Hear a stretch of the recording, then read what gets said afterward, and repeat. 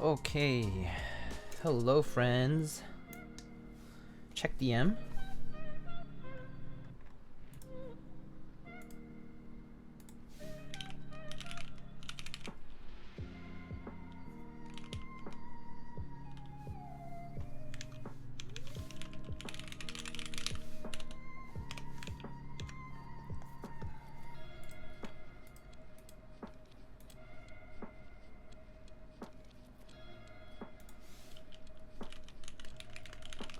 Alright, hello everybody. I'm sorry, I'm getting distracted because John is PMing me and I'm just trying to figure out what's going on.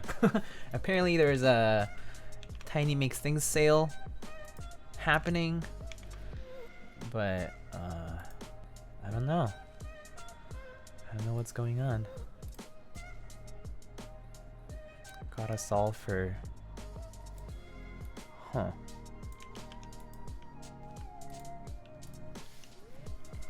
What? Okay. The link is easy to figure out. I have no idea what that is. Hold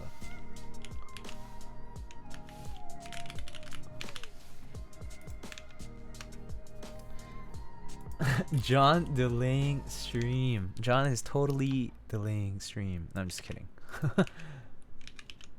What the hell is this?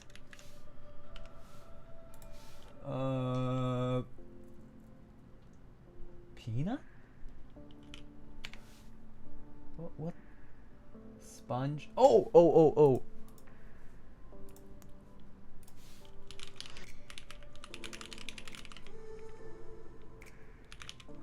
And...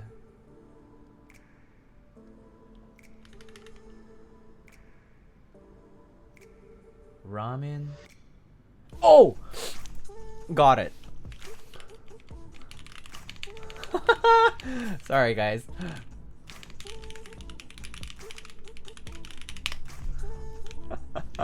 This is fun. Alright, let's go.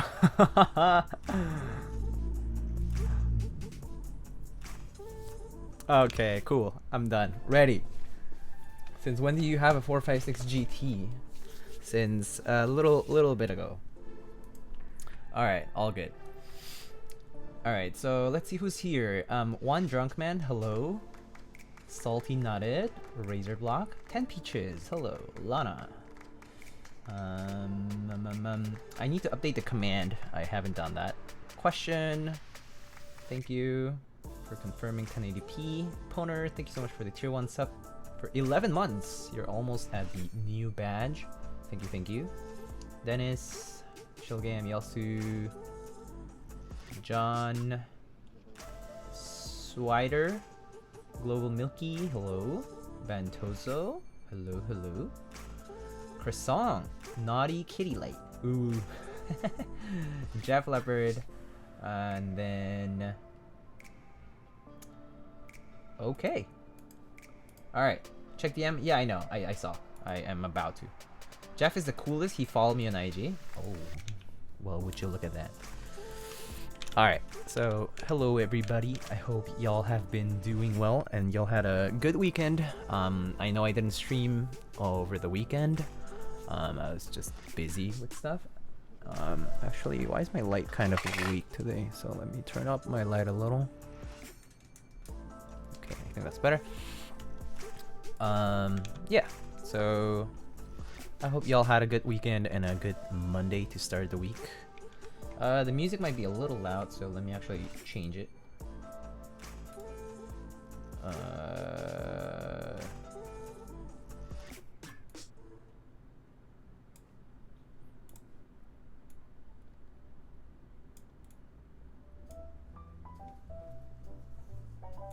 Music is a bit loud, yeah. I thought so too, so I actually reduced it.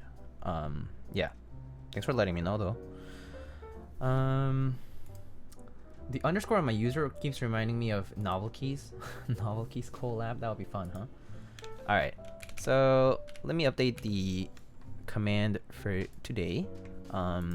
So today we're gonna be doing a Linworks whale. Is what we're going to be building today. And let's see, Linworks whale. Okay, yes, and okay, cool. It should be up now. Let's see, build. Okay, there you go.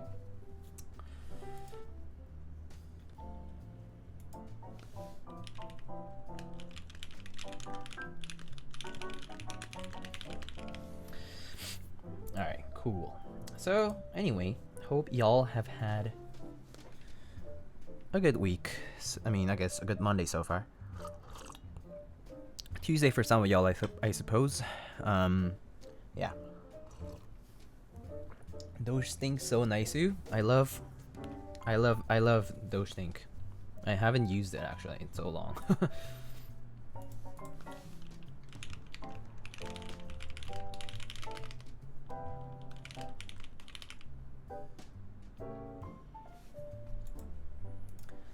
That sounds super clacky. Yeah, so it's dry lubed, so it's gonna sound very clacky.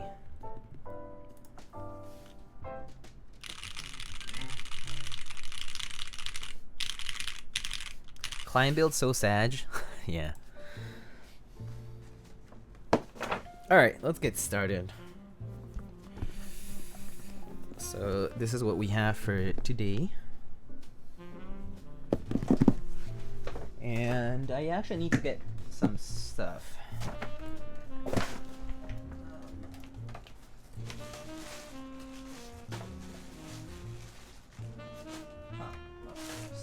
Alright. Got that. Gotta get some stabs. Typing this hello message on my pink whale. I believe that's what we're building today. So let's actually open it up. So here we have our black Fave 87 PCB. Haven't tested it, so moment of truth. It's completely new. I have not seen this board at all. This has not been opened before. So I don't know what the board even looks like. Is this for garlic? It's not. I think garlic would be here if it were for garlic. He would be ecstatic about it, probably.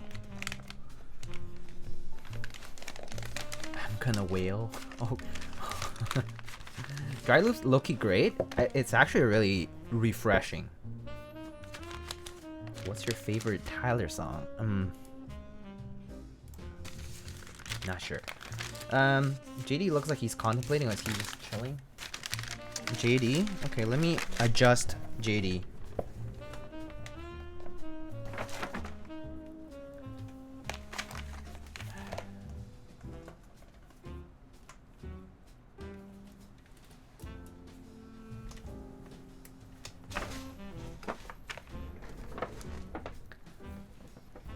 JD is cat jamming.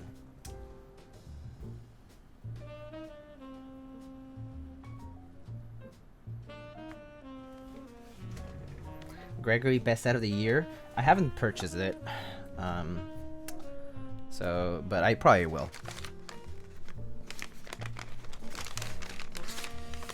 So dry lube, it is a lot of work. I didn't do it, so yeah. Ooh. Here we go. Win keyless.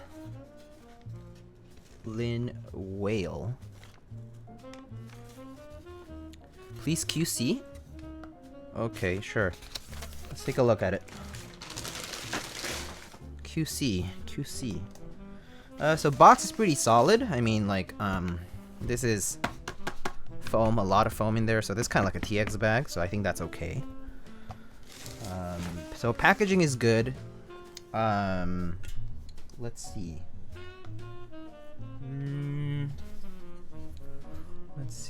Let's see. It's gonna be different for you guys on camera though. But I'm looking at it in person here, so I'm gonna try to point out if I see anything specific. Okay, that's just dirt, I think. Yeah, I think that's gonna clean up if I just grab a piece of piece of a cloth and just use some water or something. Alright.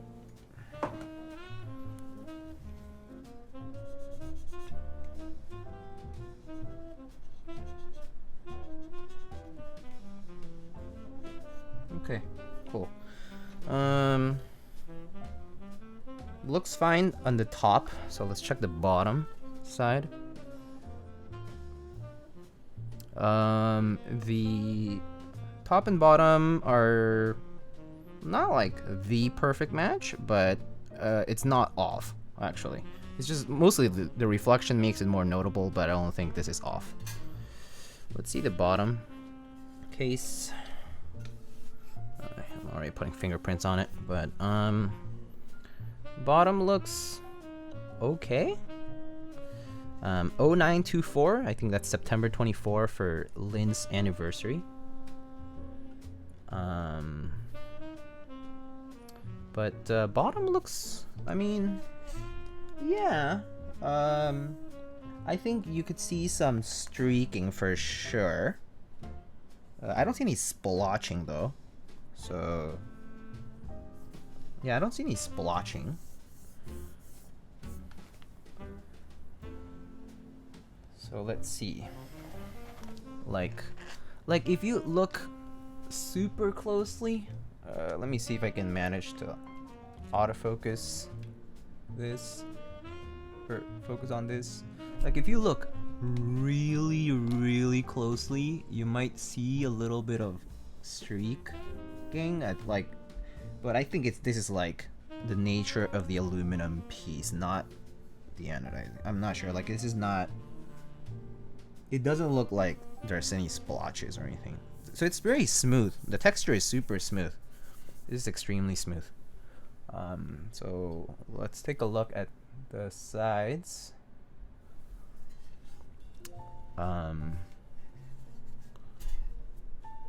Okay. Oh. All right. So focus on the sides. Sides look okay.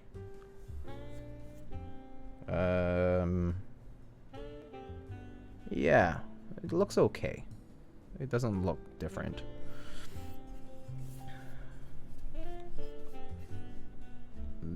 I'm not sure what you mean by big streaks, so I think if I saw a picture I would have an idea of it, but I'm not sure what it compares to, like on what I'm comparing it with. So, but so far so good. I mean, like, there's a bit of like undertone here, like a bit darker at the edge. That kind of stuff would not bother me at all because this is just like all the way at the edge. Like, yeah, whatever. Like, I'm sure edges are always, well, harder to get right. But like overall, the finish is smooth and the sides match perfectly. Like, I basically don't feel like there's a seam, so that's pretty nice. All right. So there's that. Where would I send the picture to? You can send it to my Discord DMs.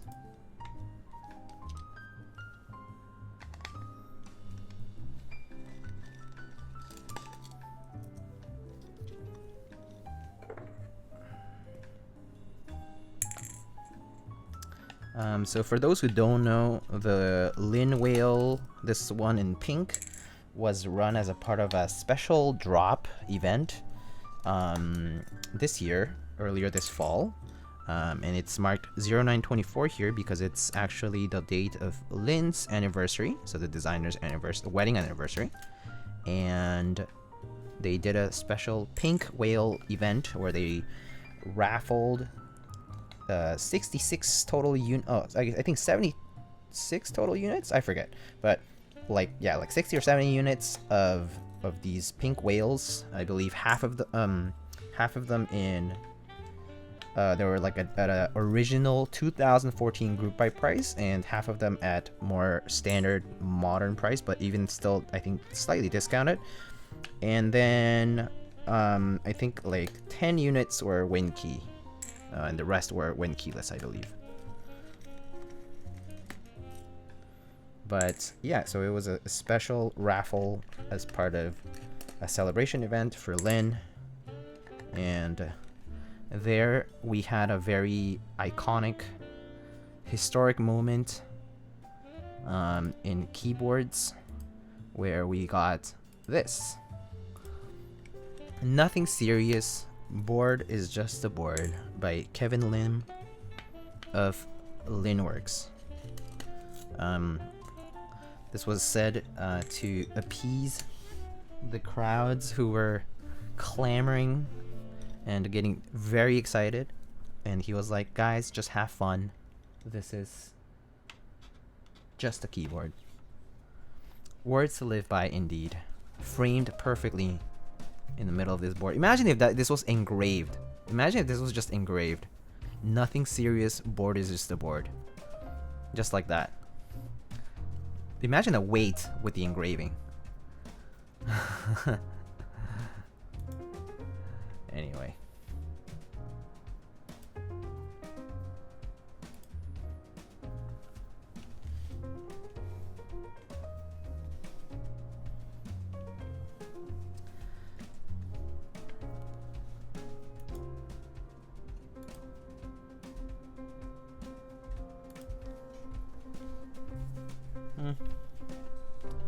Alright, so let's undo the case. Oops. Alright, so that's the interior of the case. Yeah, you see a bit of banding here. I'm not sure if you can see it. It kind of goes like... It's on the interior, so it doesn't matter, but some like if you wanted to look into the ano a bit, you can see that kind of shadow here. But it doesn't really matter. It's on the inside. There's no like splotching or anything, so that's good. And the texture is not off. Like it's still... The media, like the surface is still the same roughness, so that's cool.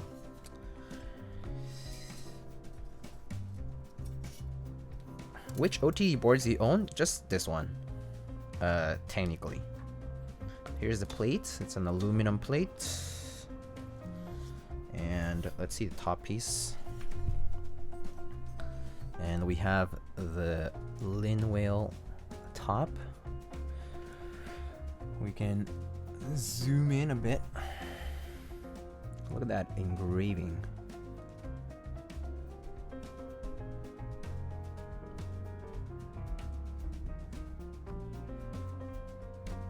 So as you can see the texture of the ano is really smooth though. It's very smooth. It's very nice. Definitely one of the most appealing parts of this board is this particular engraving, I think. So top piece pretty simple though. Doesn't look like we have any weird burrs or scratches or dings or whatever on the inside. Funzy, I saw your PM, and I think the bottom might actually look a little bit like that, but yeah, I think the picture of the bottom that you sent, I wouldn't care too much. And I don't know. It's kind of still isolated to very specific places that I'm not looking at. So I'm not sure I'm too concerned. I would be more concerned if it was like straight up like splotches, like irregular stuff. But yeah, it's at least not noticeable from regular view. So yeah, I think it's fine. Especially because this is an atypical anodizing color. I think it's just the way it goes. It's still much better than other. It's still like way better because of compared to the like the navy. Have you guys seen the navy or the like black units that have shipped out from like the previous group buy? Those were like, oh god, like dings, scratches, like the ano was like completely different from top and bottom. And yeah, that round was just not good in quality, I think, in finish and stuff. And it seems like they've kind of gotten better on that end. You know, I'm saying this as like an unbiased review, so to speak. So yeah. All right, cool. So we can take that out. Mine has a little rattle in the aluminum plate. Is there a way you can reduce that? Let me see. Rattle in the aluminum plates. So because this is sandwiched just by the tabs, right? I assume maybe the tabs are like, maybe the plate is slightly bent, croissant. Because if this, like,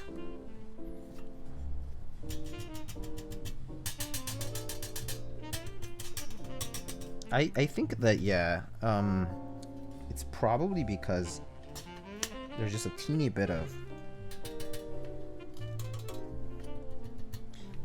tolerance differences, I suppose. Actually, well, the sides, I think these two sides make sense right now because it's only sustained by, like, where's the tab? Here's a tab. Here's a tab. Here's a tab. Here's a tab. But the middle seems solid. But yeah, not sure. Little Bonaparte, thank you so much for the 3 months. Lots of TKL builds. Yeah. Yeah, quite a few actually. Just glue it in. You could, what you can do, Croissant, is maybe, how about you cut a small piece of tape and put it on the tabs. So basically you're increasing the thickness by like a teeny bit. And it should be easy to take off because the tabs have like the hole on them. Does that make sense?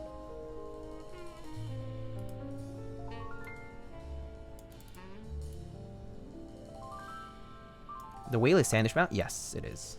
So the way the whale works is that there is a plate in the middle that's just sandwiched by the top and bottom piece, and then it's just screwed down together. Like a pseudo band-aid mod? Yeah. Like you could use like foam, you could use tape, you could use whatever really. So it doesn't matter. Korean AF sandwich is the way. Yeah.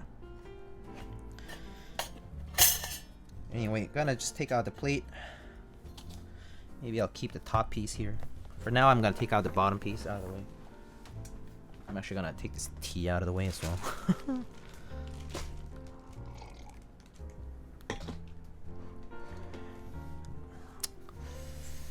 Maybe just put this over here.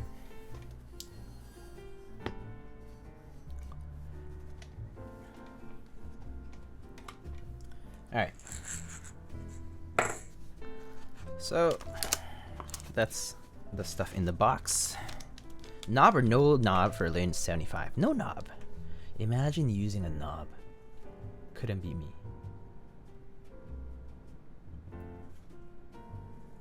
Okay. What did I miss?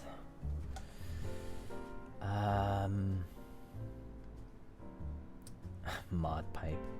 Did you get an L on this raffle? Yeah. So this is for a client. So this is not my board. You'll like it. Let's see. 2021 is starting with a GB for a keyboard with a Bluetooth option. Predictions were right about wireless keyboards. Yeah, I think wireless keyboards have... There's a lot of room for wireless keyboards. 10 Peach says, I'm a living irony. I don't like 65%, but I have this form factor the most. Feels bad. Probably just because 65% is run the most, probably. The most frequently. Yeah. I'm behind chat, by the way. It's not you guys. I'm behind. I know you Lightning wearing the matching shirt. Another pink board? Yeah, coincidentally. Another pink board. Things shifted around, actually. If Apiary hadn't streamed the Kara review samples today, I would have done the Kara review samples myself. And then Alex Otos is doing his on Wednesday, and then I'm probably just gonna do it later. I just didn't want to do it at the same time, just because it basically gives people the chance to watch a first, second, third, fourth opinion, and so I thought that would be good. Yeah. How much was shipping for you? Oh, I don't know. Maybe you're talking to whoever got this, but I don't know. Kara Friday? Yeah, maybe Friday or on the weekend. So for that.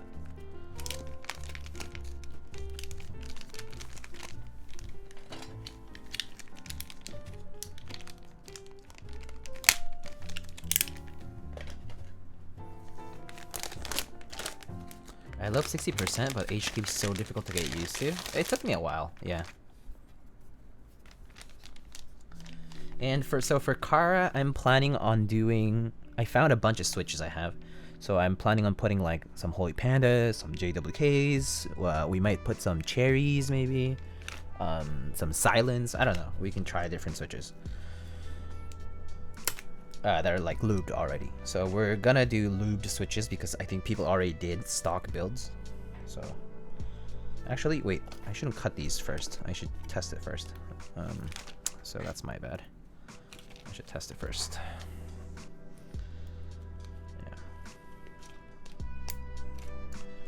Should get some of the lavenders, switch wise. I have lavender samples from Mr. Upas, but they're gonna go on a build for him, I think. Alright, so let's see. So firmware.bin appeared here, so that means I probably need to flash it. Wait, I'm pressing something.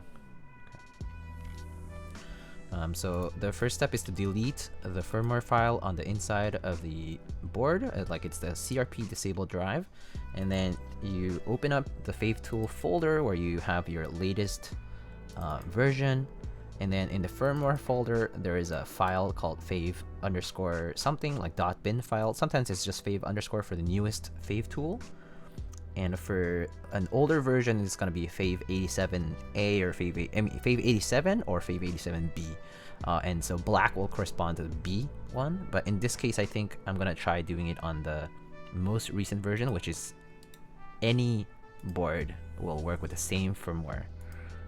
So I paste it in, I can rename it to firmware.bin, and then you just unplug,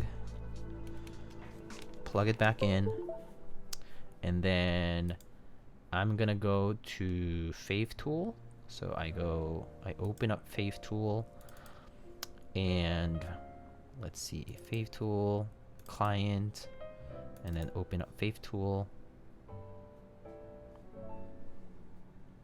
I'm waiting for it to open. Oh, it's not showing up on the screen, so let me see if it shows up. Favetool. Okay, great. There we go. All right, right. So that shows up. Then you go to this drop-down menu here. Oh, so there's a drop-down menu here, and then I click on Fave 87B. That's the corresponding one, and then I say connect. Not connected. Is it not connected? Hold up. Let me see if it's working. Not working? Okay, it's let's see. That's not working. So let's try a different firmware file, maybe an old one. Is your 456 connected directly to a USB-A? Yeah, it's directly connected. So the 456 has it's a PS2, so it has a PS2 to USB connector, like converter, and it's connected to USB.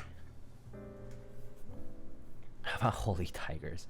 Iowa New, hello. I'm doing well, thank you. I've just been busy with work, so yeah. Just trying to do stuff, trying to be productive. Let's see. So I think maybe I'll try the old firmware because it looks like the newest one maybe doesn't work. Let me try the old one.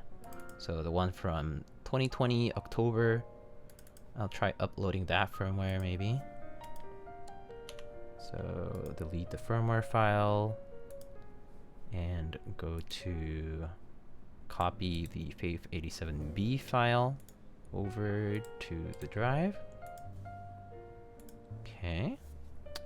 And I can unplug it, plug it back in. Okay. Let me see. And I need to open a favetool this time. My gifts have expired. Oh. I have to go. I'm glad I was able to say hi. Oh, thank you so much for stopping by, Chillgam. Let's see, favetool, where is it? Favetool, that's right, and then go to the client, open it up. I think you need to flash the default layout, so let's do that. Chillgam, thank you so much for the... Oh, wait, Little Bonaparte, thank you so much for gifting a tier 1 sub to Chillgam. Thank you so much. That's really nice. Connected, firmware, good. Okay. And we want to switch... I'm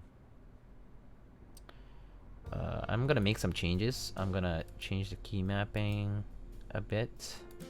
Actually, I'm going to leave caps lock. Maybe I'll just change right alt to wind key. Yeah, I'll change right alt to the wind key, right wind key, and then keep the rest standard.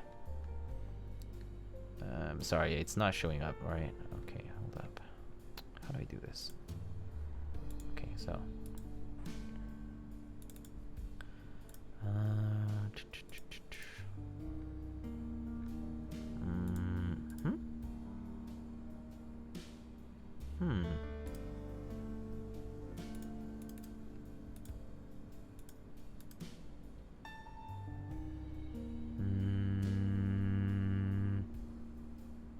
How do I do this? Okay. Alright, there we go. Alright, so there's the fave tool. So it's connected right now. And I basically have all this key map stuff.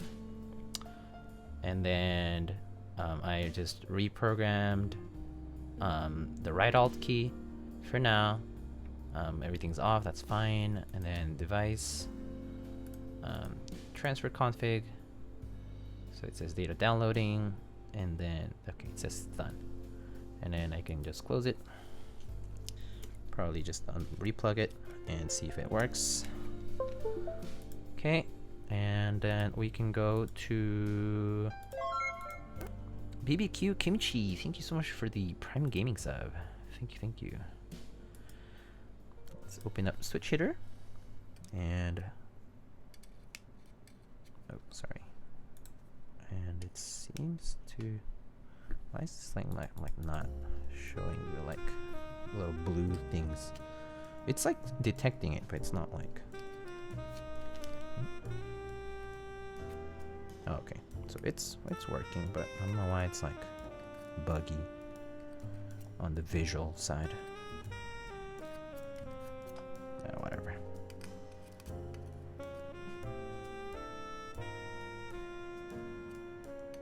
Wait.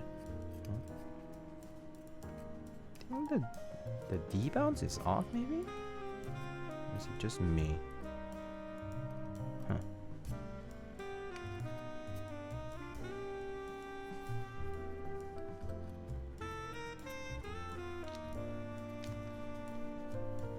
Fave Tool big sad. Fave Tool, yeah, Fave Tool a little big sad. Wait, what just happened just now? I saw something short? Not sure. Oh my god, Lil Bonaparte, thank you so much for gifting 5 tier 1 subs. Thank you so much. The push-ups, he raised it to 35. Yes, I did. Alright, okay, so that's...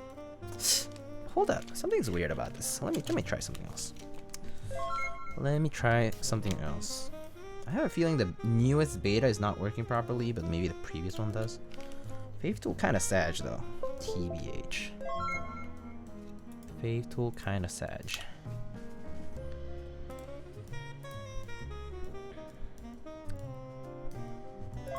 Just doesn't seem as intuitive as you might think it would be.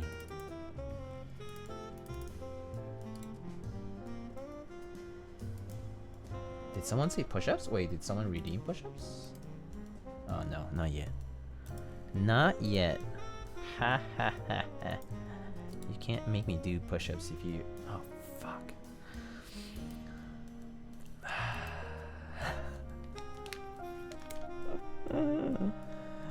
I see how it is. Alright, I'll do 10 push-ups in just a second. Oh god. Oh, okay, that seems to have worked. Let's see if this detects it. Well, let me just test the PCB and then I'll do push-ups. Sound good? I don't know if you're trying to get into shape. I mean, I'm not trying hard. No.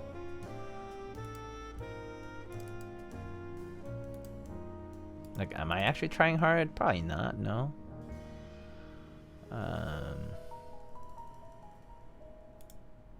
Oopsie, sorry.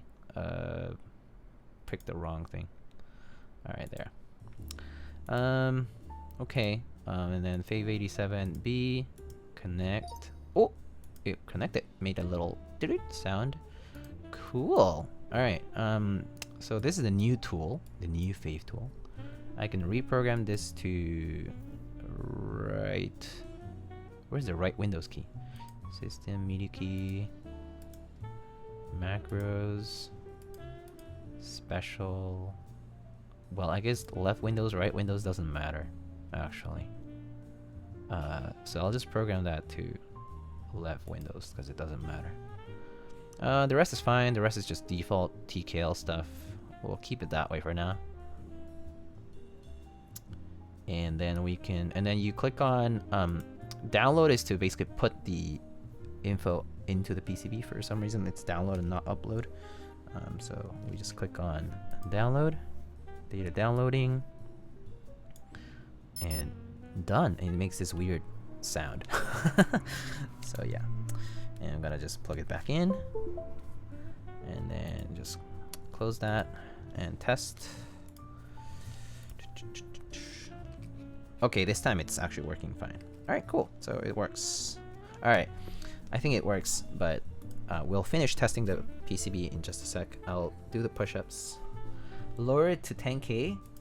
I actually don't know. The reason it's at 35K is because last time I think I put it at, was it 10K or 15K? I forget how much I put it to, and it got redeemed so fast. And or 20. No. The time before I did 20K, it put something else, and then like everyone was redeeming it, and then I was like, oh god. So I raised it to 20, and then even at 20, there were people who were just like, oh yeah, and or 15, and then yeah. So I'm actually not sure. The problem is I can't see how many points people have. I think that's the problem for me. I can't see how many points people have. So yeah.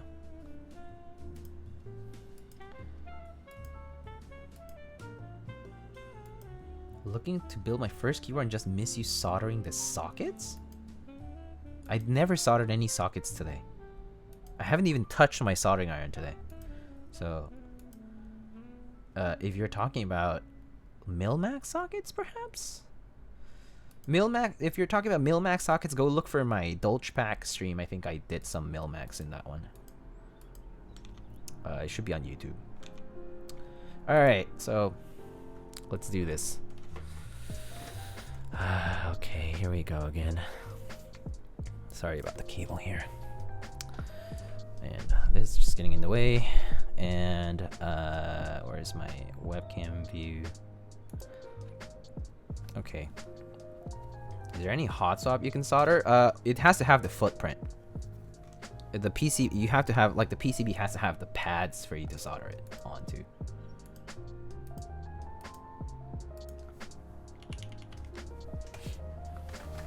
Alright. So, just 10, right? Okay, cool.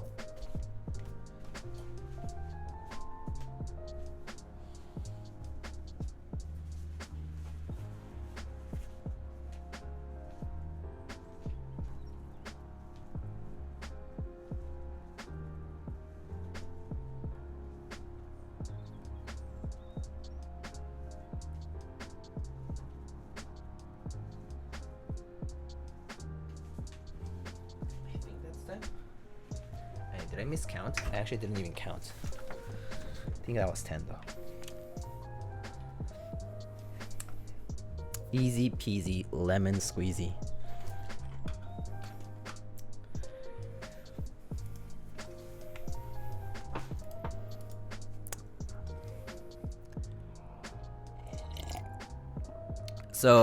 So I actually don't know how many points people have. So until if you guys So like, I think if I know the points that like Dennis, Obsidian, Lana, One Drunk Man, a few other people who are regularly here have, I would get an idea of how many points to like put it at.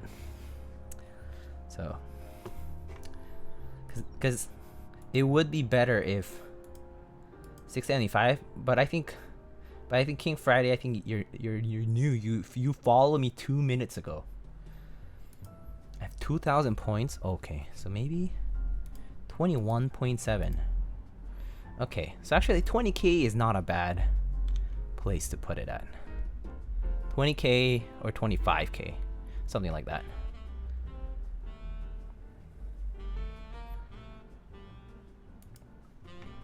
The reason I don't want to do push-ups all the time is because it just takes away too much time. It just takes away a lot of time. It's fun though. Let's do 20. Let's see. Viewers earn 220 points per hour on average. Subs earn multipliers of the 2x. So you'll 400. So that's gonna be 440. But I think you earn more than that normally. Let's say 20k. 20k is fine. 20k is fair. 20k is fine, I think. Alright, I've changed it to 20k. So you can... Wait a second. You lied. You lied. Yo, you lied. You liar. I have 2,000 points. What?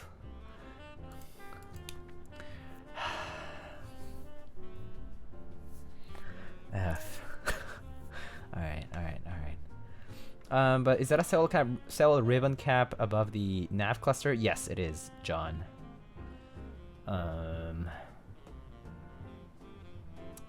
Spend all my points voting for white on black. Whale. What do we have here?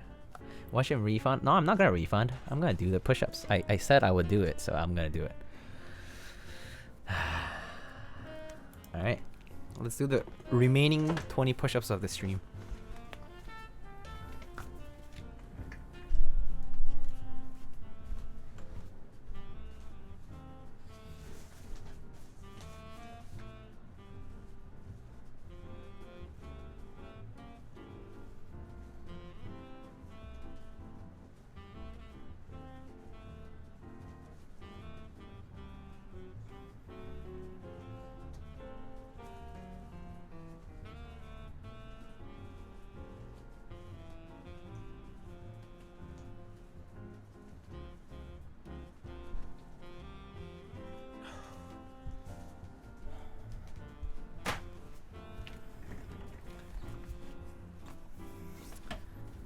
You won't let me redeem more? Yeah, I limited to 30 on purpose.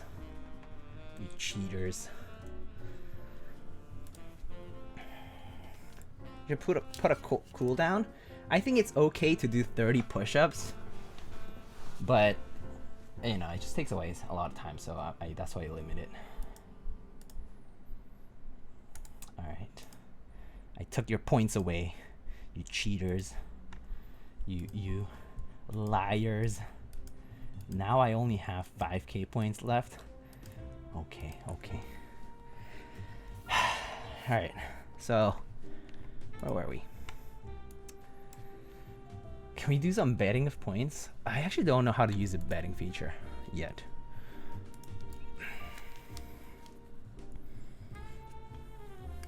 Oh, did you guys know that the OTD 456 GT actually has R3 control and bottom left win key? It has these dip switches that let you change it before you plug it in, which is when I discovered that, I was like, it's a non-programmable PCB with which I can do whatever like with which I can with which I can basically use it to its full functionality, because it has the exact layout I want on the TKL, which is R3 control, everything normal, and if it's win keyless, I like the win key on the bottom left corner. So yeah, it has these two dip switches with which you can switch like the layout around. It's like either like the scroll lock moves around, yeah, something like that. Like I think the scroll lock can become the win key or something like that. Yeah, but yeah, I discovered that and I was like, whoa, that's cool. I can show you. Actually, I'm not sure if it's gonna be no, it should be visible because it's probably on top of the PCB. Let me see if it. I don't remember. I need to like check if the cutout was there or not. I think it was near the spacebar cutout, so I might check. But anyway, random fun fact. Is the scroll lock light just there to vibe? Yeah, it's there just to vibe. It's just a OT thing. It like goes on and off, and then when you type, it flickers to the typing. Oh, yo, Obsidian, thank you so much for gifting 5 tier 1 subs. Dude, that's so nice of you. Thank you so much. For the Jimmy. It's okay. Oh, I think I didn't program the win key to the right one, so I'm just gonna do that now.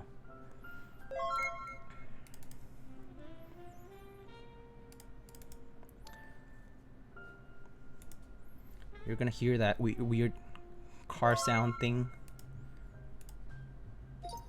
Doop. And then this one was the one I wanted to make win key. So there. And yeah.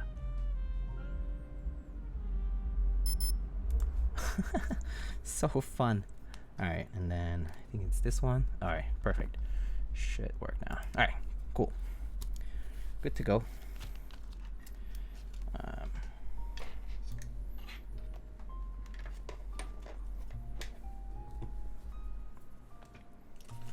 Beep beep. And my headphones just start rumbling out of nowhere.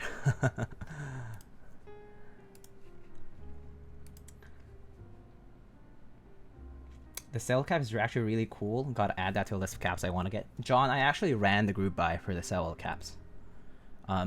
So the Sewell caps, Coco Bray. So do you guys know Coco Bray? He was the one who did GMK Burgundy and GMK Handarbite. Actually, he was the main person who did GMK Burgundy and GMK Handarbite. And he was doing the Sewell GMK keycaps. These guys. He was doing basically like a interest check or / group buy. Basically, you could purchase a set of 2 keycaps. It was like the black one and this black and yellow one, and I think there was a yellow and black one, so the inverse of that. And those were $10 per set. So it was like, and then all the funds were donated towards, towards the families that were affected by the Sewell disaster. Imagine not winning a Slack giveaway for those caps from Diego himself. I can see if I have any spares, but I'm not sure. I think I pretty much gave away all of them. Yeah, and then I like donated like a few extra, you know, like a bunch of. I think I donated like 20 kits or something like that. But yeah. But Rivius, thank you so much for the Prime Gaming sub. 3 months. You have a new sub badge. How many gifted for push-ups? No gifted subs equals eating GMK trays. 1 sub, 1k points. So that means, isn't that 20 subs for 20k? Okay, I think I would do push-ups for 20 subs. I'm not sure who wouldn't do 10 push-ups for 20 subs. That's a lot. That's a lot of money for 10 push-ups.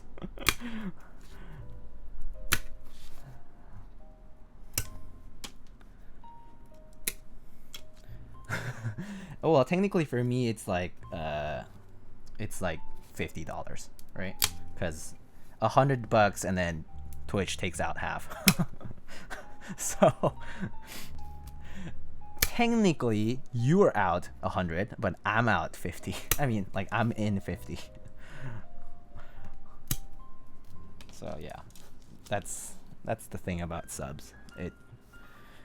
There's pros and cons to subs, right? Subs are good for the community.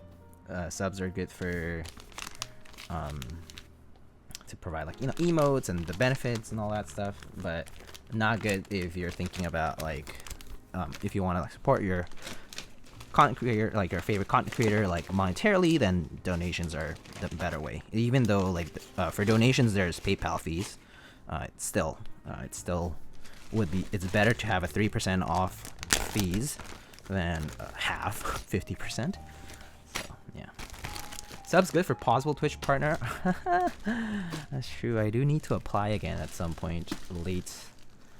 So I was declined for the second time just recently, so I would apply for partner maybe at the end of the year or early next year. Yeah, 3 to 4 weeks since the last time, so yeah. What if I dono 50? I'll do it. I'll do it if you dono 50. I'll do more push-ups if you dono. I think that's fair. Cause technically donos are free. I feel bad if I didn't do, like, if I said no to that, I would feel bad. It would be like, really? It's like you can't do that.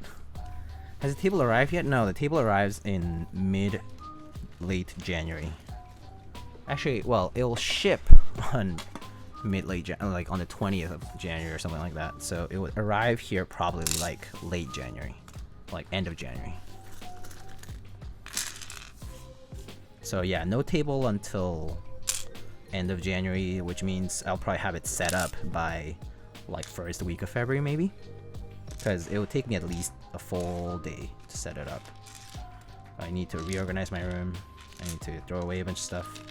I need to, like, take out furniture, like old furniture and stuff. You don't want to split that 50. You don't have to. It's okay.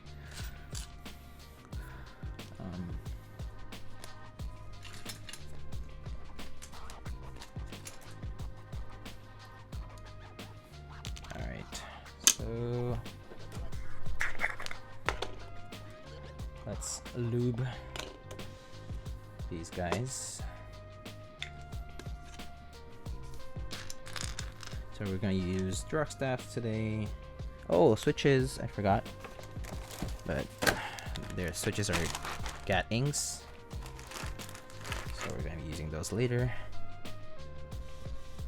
Ooh, I'm like running out of lube on this jar now. This jar's lasted me a while. It had like, how much lube did I have here? Like 100 milliliters of lube? No, like, I mean, sorry, like 250. How much did I have here? I bought like a pound, right? How much did I buy? A kilo? I don't even remember. But a lot of lube. Mod start prediction, how long for lubing stabs? Okay, that's actually, some bets are fine. I'll give Dennis the right to run gambling polls if they're, as long as they're not ludicrous. Never enough lube. I actually do have more lube already though. I restocked more lube recently. So after this jar is over, I have more lube to spare. Is JD the 0th, the first viewer first stream? Oh, I guess he would be like the 0th viewer, yeah. So you technically still are the first viewer, at least online when I go live.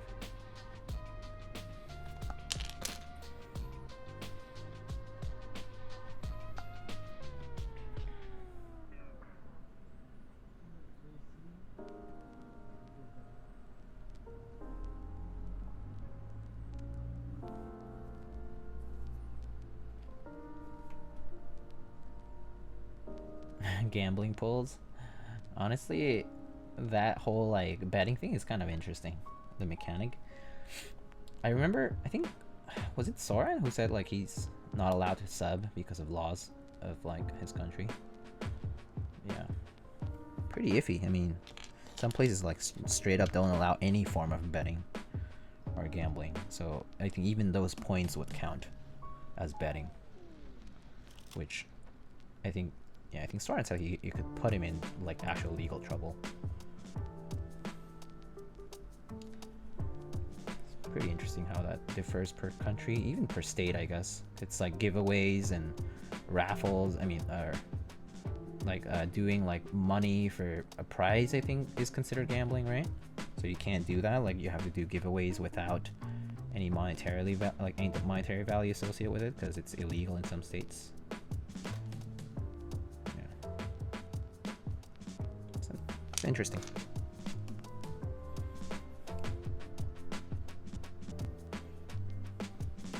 What's your opinion on R0? I personally don't really like R0. It's a bit too like diagonal this way. It's too steep, I guess. It's not about the height. It's actually about the profile. I actually don't like the profile as much on R0. I think R1 actually for me feels the most natural as a top row. R0 actually kind of feels a bit too facing forward, yeah.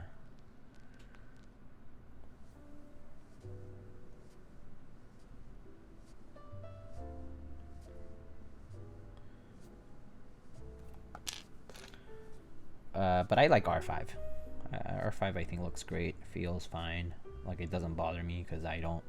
So I've heard people don't like R5 because they basically have their wrists are basically bent towards the table, and so that means like their fingers are sort of closer to the like bottom edge of the keyboard, so their thumbs like hit the sharp part of the profile rather than the flat part of the keycap, and so that's why it bothers them.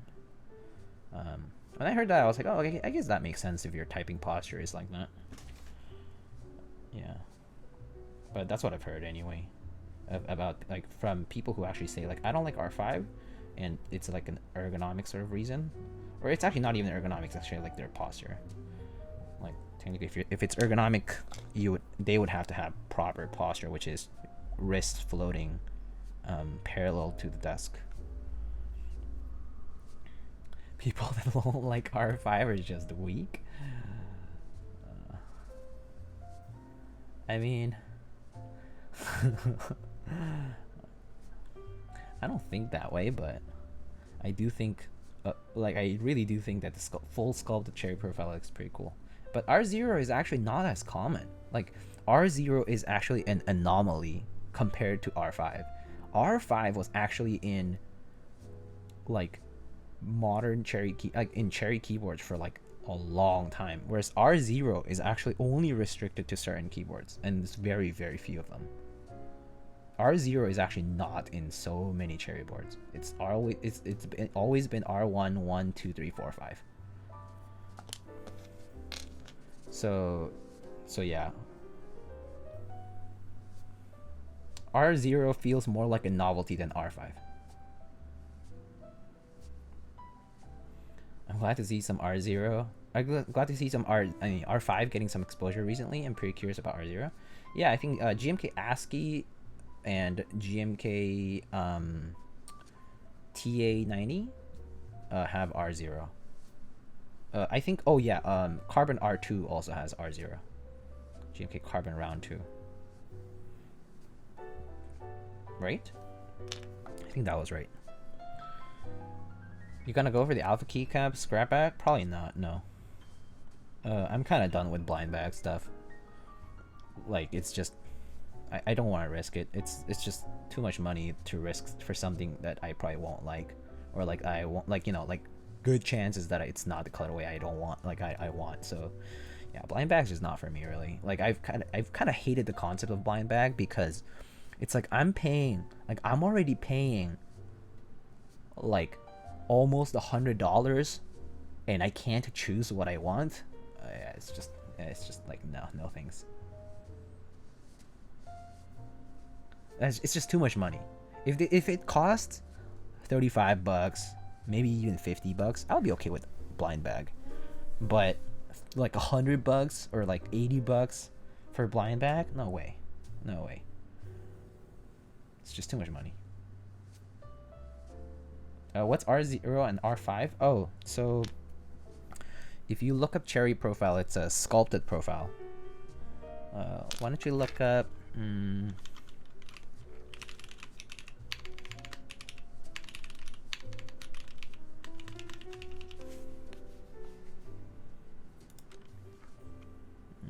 So let's see, cherry profile. Where does it show it well? These pics are not that good. Actually, oh wait. GMK Dolch had a good example of R5. Like a GMK Dolch, like the GMK Dolch R5 group buy, I had an example picture of it.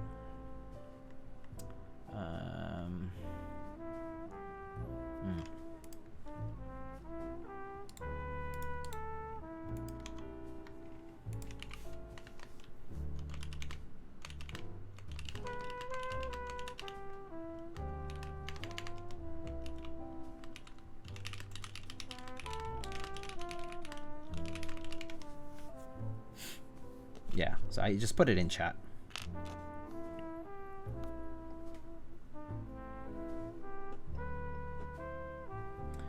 Sorry you didn't get KWK Matt? No worries. I'm probably gonna get one in the group buy anyway, Jeff, so I'm not too concerned. I mean, sure, I lose out on like, what, 25 bucks, but it's okay. I'm not. Yeah.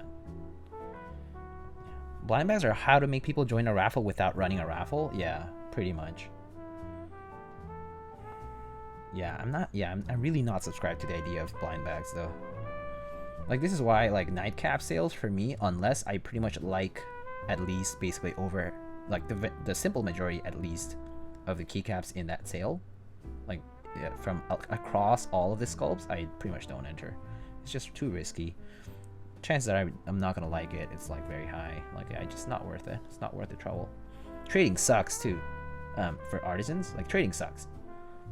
Like, you have something that you probably like don't like, it's probably gonna be the same case that people actually don't like what you have either. So what are the chances you're actually gonna trade? Pretty low. Pretty low. So yeah, that's why I don't enter blind bags, because if I get screwed by the RNG of a blind bag, very likely that it won't get any better from there on. So it's just putting money for no good reason. I mean, supports the makers, yeah, but that's about it. As a consumer, it's just terrible. Oh, GMK White and Black R0, R5. Oh, okay, good. Thank you. Camera's frozen? Oh, camera is frozen. Camera is frozen. Huh. Wait, hold up. Where did the camera freeze? Did it get hot? I'm not sure. Sorry.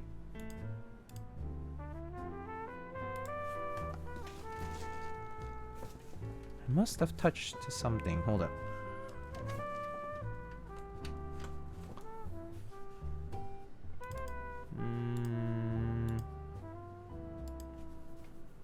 Is it back?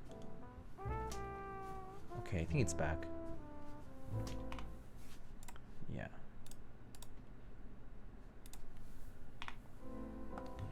Alright. Trading always sucked? Yeah. Yeah, I mean, trading always sucked for sure. But I think it's even worse now. Because it's like everyone wants the same stuff. Everyone wants the stuff everyone... Like, you know, it's like the wants are the same across everyone. And then the ones that people don't want, it's just like straight up like a no. Like, you just can't. Even though there's more people, it's so hype driven that, yeah, if you don't get that hyped thing, it's gonna be pretty hard. It's just gonna be really hard.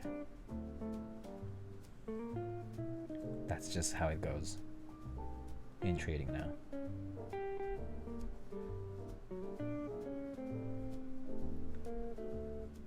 The move is to bug makers for all their practice caps. That's funny. That'll be hilarious. Oh, well, I mean, but yeah. Oh yeah, I mean, there's people who also like shop B stocks as A stocks, which is pretty sus. I mean, it doesn't happen all the time, but there's people who still do that. Yeah. I remember a few times I made the effort to actually, like, someone would sell a B stock on like Mac Market, and I'll buy it just so that the B stock stops circulating in the wrong way in the market. Like, I was just like, it's because these people are like putting a B stock out there and pretending like it's not. Because obviously saying that something's B stock is gonna devalue it. So, yeah. But people do it. People do it all the time. Anyway, if artisans is not an interesting topic, we can talk about anything else. So feel free to open the floor to any other topics.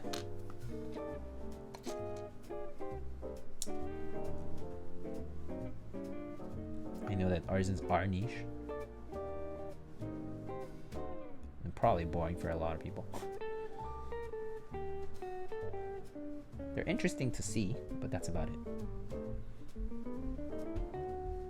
And the community has drama every so often, which is cool, but also not very cool.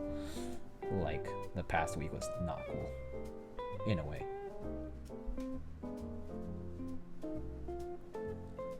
We can talk about that, actually, if you guys want it, but I don't know. It's up to you.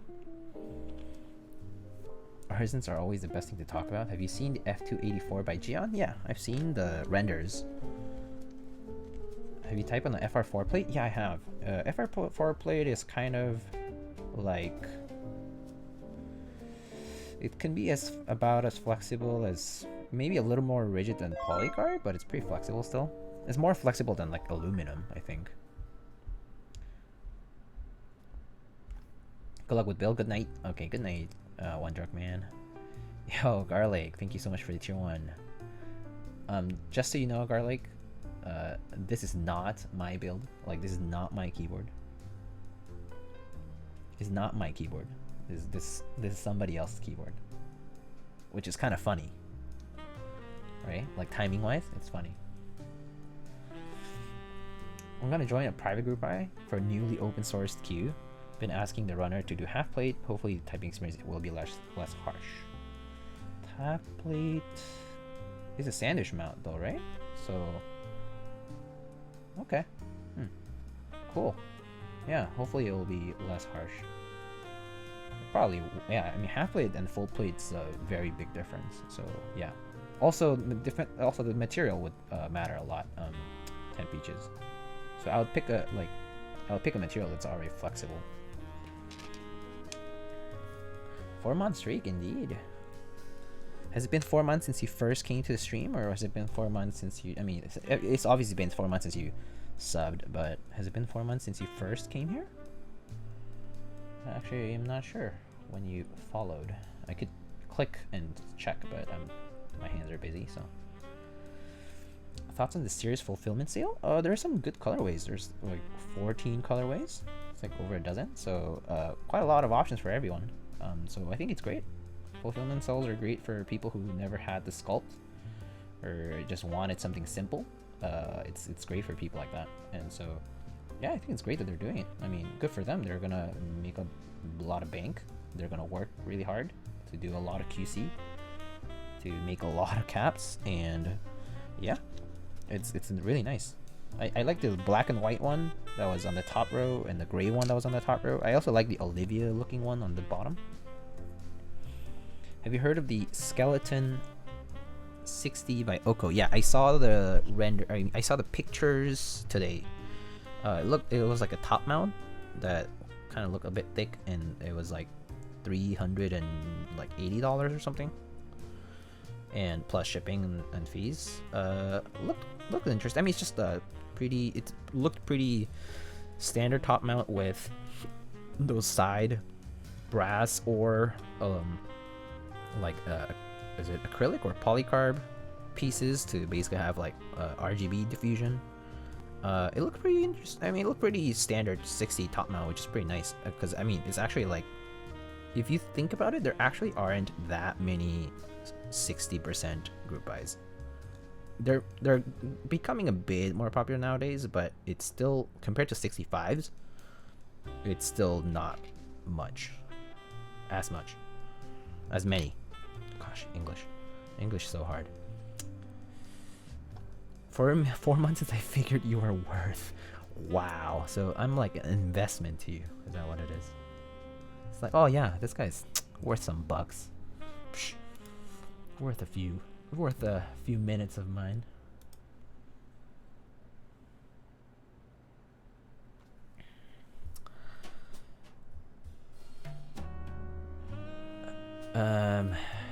He's offering brass and copper for the plate, both very dense materials. That is very dense for sure. Yeah. So get more 60s, indeed. More 60s, and I mean personally, I have plenty of TKL, so I actually don't care for more TKLs. But 60% are my favorite layout to type on, as far as comfort and compactness, and like it just saves space for my computer desk. It like it's just comfortable for me. So 60% for the win, for sure. And I don't care whether it's HHKB, win keyless, or standard. 60% in general for me is comfortable. So already out of stock. Is this for the grab bag sale? Oh, I see. Oh, they're limited. Oh, I see. I didn't know.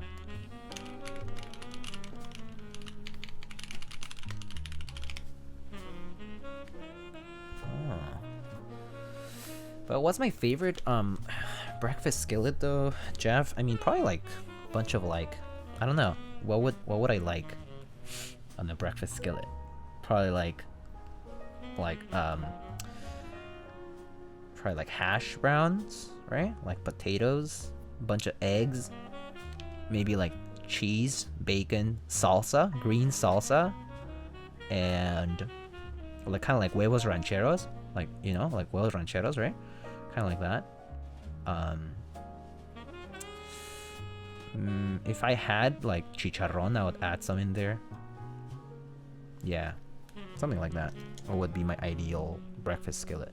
And then, oh, and sliced avocados on top at the end. Like not hot.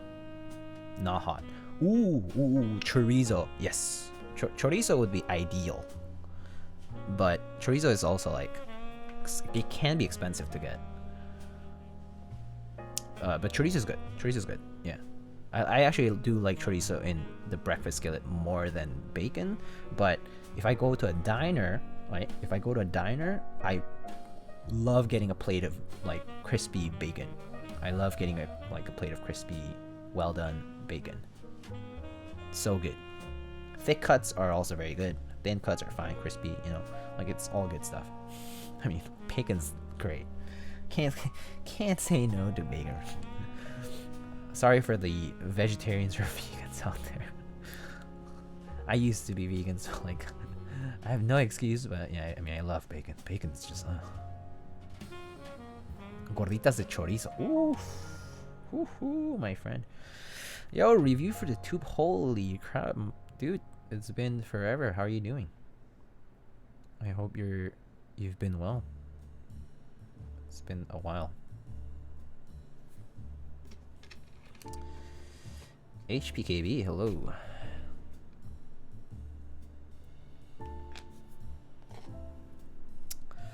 Big Jesus. ¿Qué onda, Diego? Espero esté todo bien. Todo bien, muchas gracias. Ocupado. Crispy hash browns on the side. Oof. Crispy hash browns. Yum. Hope you've been doing well also. I've been okay. Just hanging in there, I would say. Just busy though. Just busy. Trying to make progress at work and like things I do. But it's been slow, but it's been going. I also try to keep the keyboard stuff to a certain balance now. So I do it like 2 or 3 times a week now. And just trying to do stuff, be productive at all times. Well, not at all times, but like be productive as much as I can in both ends. Get some work-life balance there. Hash brown all day, every day, man, with some hot sauce, boy.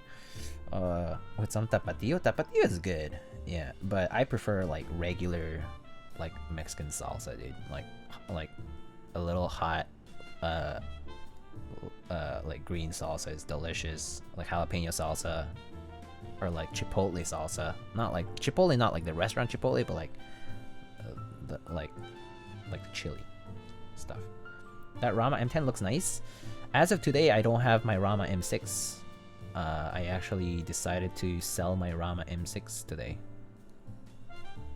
so I sent it out today. So I don't have a Rama M6. I'm probably gonna get a new one, a new macro pad at some point, 6 or 8 key or whatever.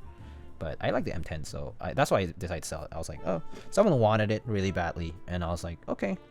And then I sold it, and then I was like, oh, well, I mean, I still have the M10, so bye-bye. Like, bye-bye, M10.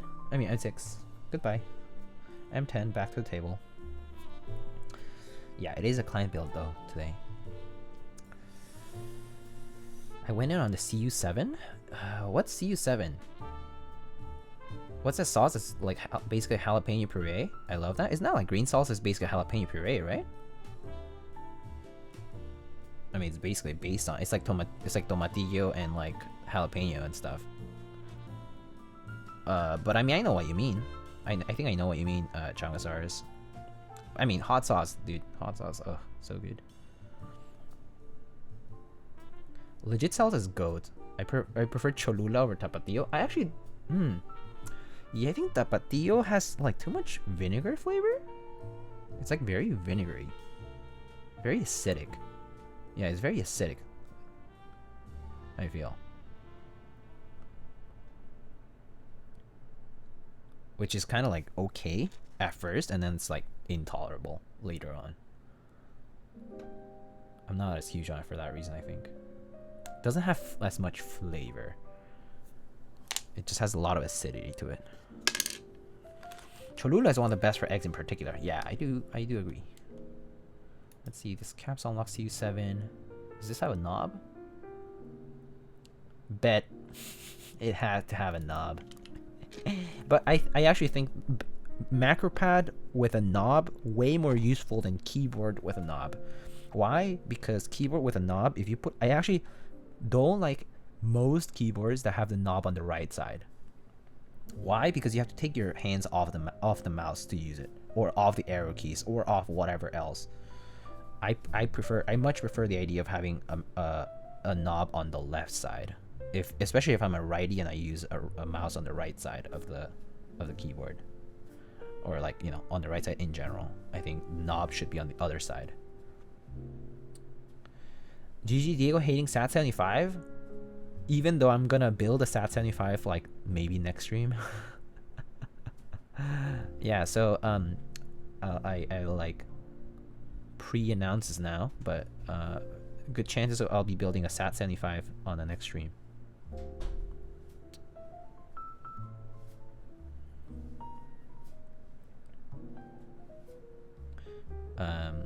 We have a SAT75 round 2 prototype that Mr.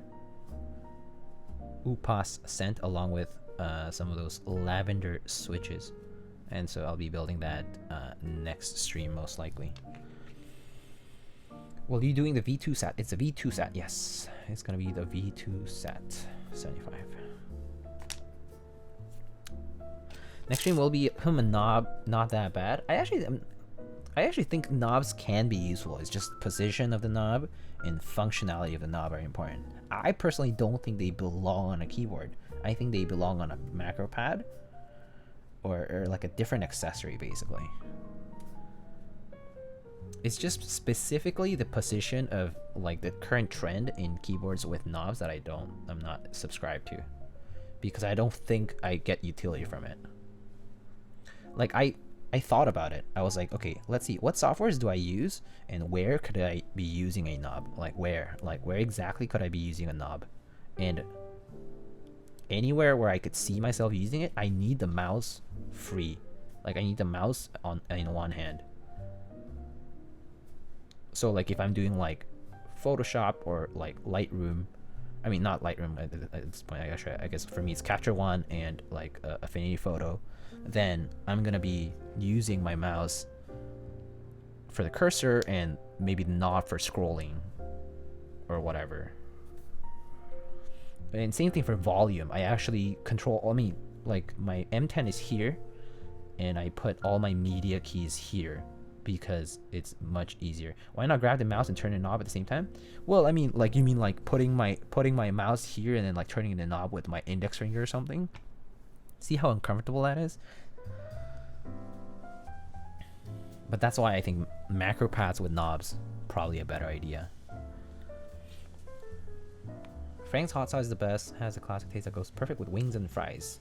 I'm actually not huge on hot sauce and wings as much. I'm actually not huge on hot wings as much as I'm on regular wings. I actually like regular wings better, just like regular fried wings.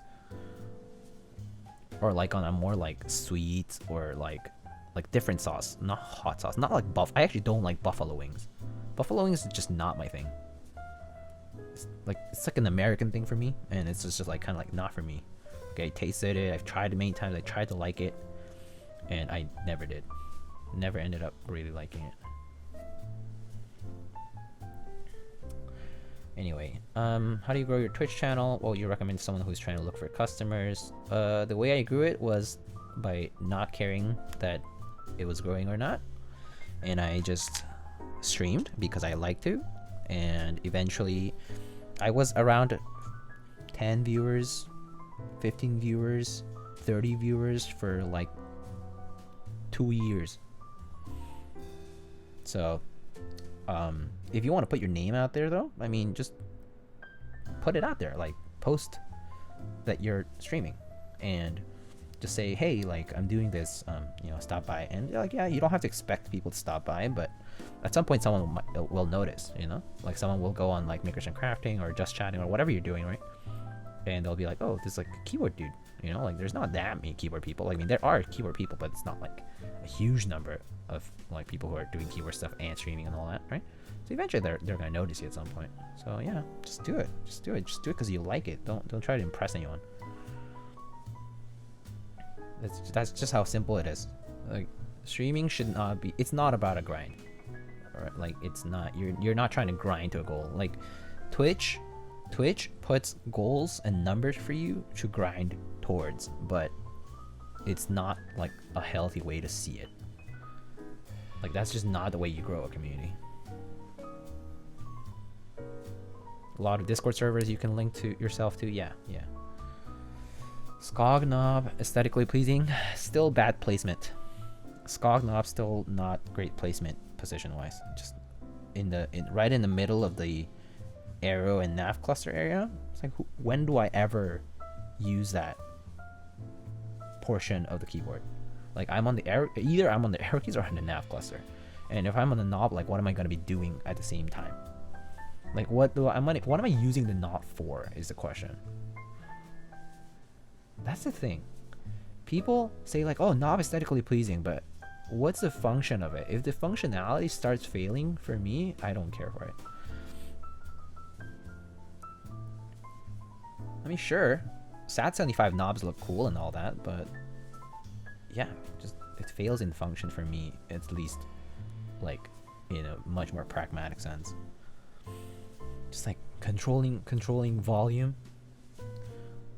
I would rather just click and drag.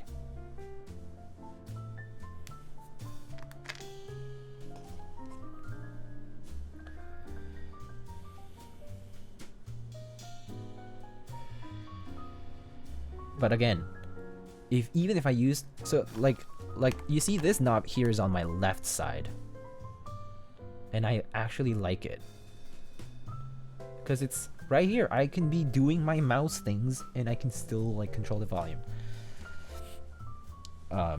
So yeah, that's kind of like how I feel about knobs though. I think I've repeated myself a lot. Just for people who don't need to regularly use a mouse, yeah, for sure, yeah, that's what I'm saying. It's different for everyone. A lot of people will love it. A lot of people won't. I'm in the group of people who thinks that aesthetically they don't look great in the right corner, and they also don't look great in the nav cluster, and functionally they don't serve a purpose. So for me, it's like a triple threat. Like it just doesn't quite, you know, like have a positive effect for myself.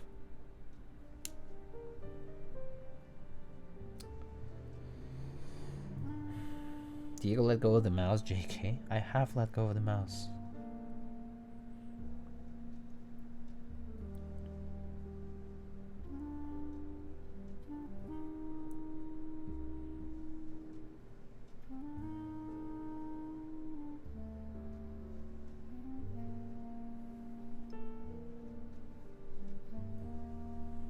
Just replay Arrow Cluster with a knob, GG. I actually would be... Imagine the Arrow Cluster not replaced with a knob, but like, you know the... You guys know, like, have you guys ever ridden like one of those cars, like a BMW I think had it? It's basically a knob, but it has like, you can like toggle up like directionally. You can like toggle the actual knob in directions. It's kind of like a stick in like arcade. But you can also use it as a knob, like it has a rotary encoder part of it. Those would look interesting. I mean, I still think it might look pretty ugly because they tend to be circular or like cylindrical, so they probably don't look great, especially in a rectangular object. I think that's the problem with knobs, is putting a big circle in a rectangle. Looks kind of awkward, especially in a corner. Yeah. KL90 dual rotary encoder. I actually don't know what KL90 dual rotary encoder would look like, so I'll have to look it up. Oh, sorry, thockiness that got filtered out for some reason. Anyway, Keystream, do you have a sound test for the OTD? By the way, I love your website design. Thank you. The website design is super simple. It's just basically made so that the website was a gallery rather than or like a portfolio, or like a kind of like, yeah, a gallery sounds right. It's like a gallery for people to just peruse, or even for myself. Actually, it's for myself mainly. It's just for reference in the future. But also, like, if people Google search, then they'll find, like, you know, the specs I did for a build and like a video, photos, whatever, right? So it's like a good reference. But I do it for myself mostly, documenting for myself. And you know, it helps people who want to see what I do, what it's about. Is it cool? Is it nerdy and lame?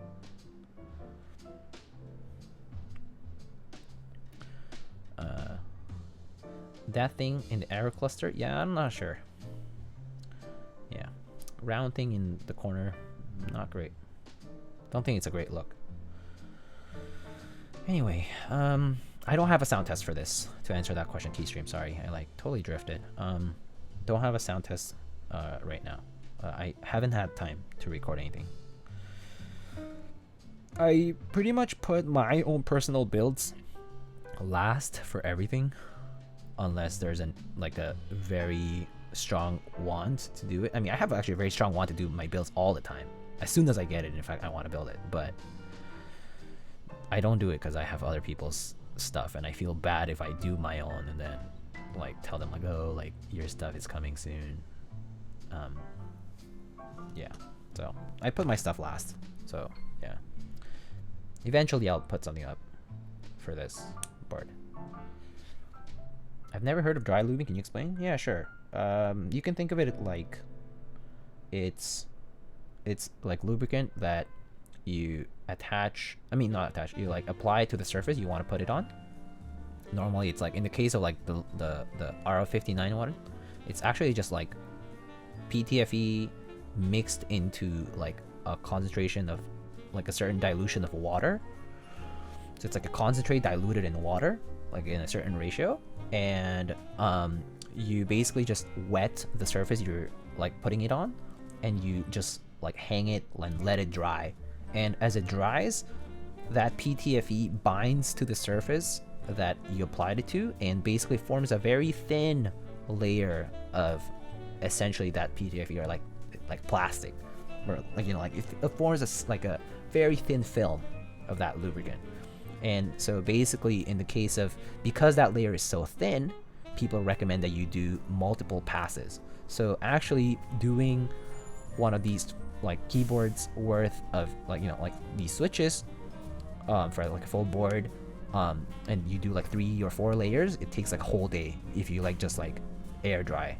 Some people for that reason have used like convection ovens and stuff to like heat it up and like leave it at like, you know, like 180 degrees, let's say, like, I mean Fahrenheit, like, you know, at a warm temperature, so it like cures faster. It's like it binds to the surface faster. It's a huge pain in the ass is correct. That is exactly right. It is a huge pain in the ass. It's a huge pain in the butt. It's very time consuming, very, like, it's so much effort. In fact, Koreans used to do it a lot, and like they still kind of do, but they used to do it a lot more in like older days. But now they don't do it because it's just too much. It's like Krytox already does a good job, but they're very different. The result is very different. Dry lube, because you basically end up with like a layer of like this film on your plastic, and it's like a dry surface. It's basically going to be like a very, very smooth stock switch. It's gonna sound like a stock switch. It's gonna need to sound exactly like a stock switch, but it's just gonna like the travel is just gonna be really, really smooth because you have now these layers of stuff, right? Let's see. Do square knob would be interesting, actually. Yeah, actually, that kind of. What about like an obelisk sort of shaped knob, like the Washington D.C. Memorial, like obelisk, like that kind of shape? Maybe not sharp as that, but maybe like tapered off at the top, and it's like a knob sort of. That would be kind of interesting. Like a box-like knob. Anyway, do curved rounded caps like the K profile look weird to you then? It does look weird. But I still want to try them because they just look different. So I think I would only know after trying if I like them. I think the Kate profile stuff is going to be good for, like, it's gonna might feel comfortable for typing because they like scoop nicely on your fingers. I think it's modeled after that, and like it'll look different, but it might feel good to type on. Let's see. Foresee a lack of Alice knob. Foresee the Alice knob coming soon. The Rukia is gonna support knobs on it. The Rukia round 2, I think. Stray Chroma, hello. Sorry, I'm like super behind on chat. Let me catch up. Other than knobs and alpha pipe tilde, do you have any other hot takes on keyboards? Any other hot takes on keyboards? Hot takes on keyboards. What other hot takes do I have? I mean, quote unquote. Gasket mount is not always the best. That's another hot take. I think top mount is still awesome. It feels and sounds great. I don't see anything wrong with top mount. Nothing wrong with top mount. And people are like, sorry, that keyboard's top mount. If it's not gasket mount, it's probably not S tier keyboard. And then fast forward like 3 months, and then they're like looking for old Korean custom top mount keyboard, the OTD, and it's like, okay, really?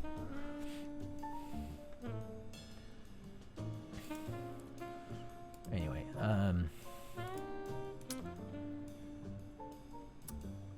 let's see. Rama Stealth Knob. Rama Stealth Knob. What is that? Is that an actual product? Haven't seen.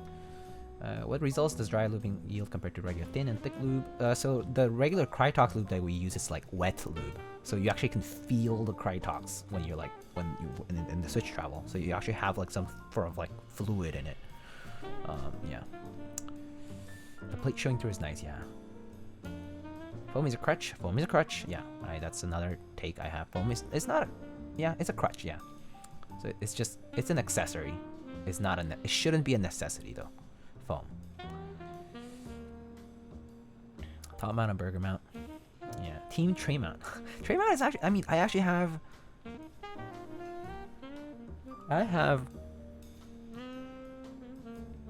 like 3 tray mounts, and I really like them.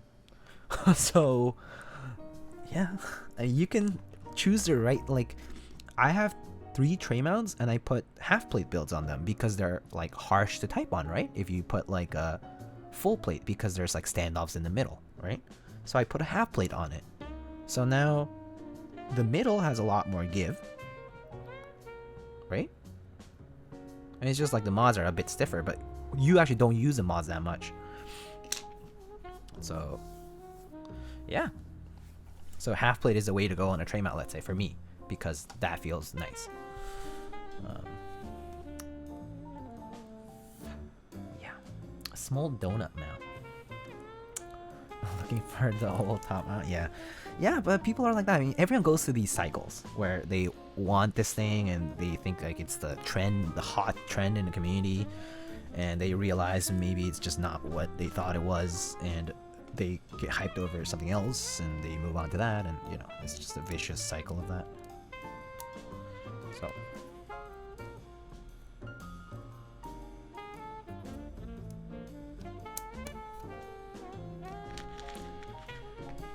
that's a simple yet galaxy brain solution. Yeah, so I actually thought about it. I think if Boner's in chat here, he might remember, but there was a time I was proposing an idea for tray mount, changing tray mount. And I guess it's kind of coming together with people kind of doing that now. But I was thinking that tray mount could actually be something that could be much more modifiable. And you could actually make a good tray mount. Tray mount is not bad though. Tray mount is not bad. There's ways to work with it.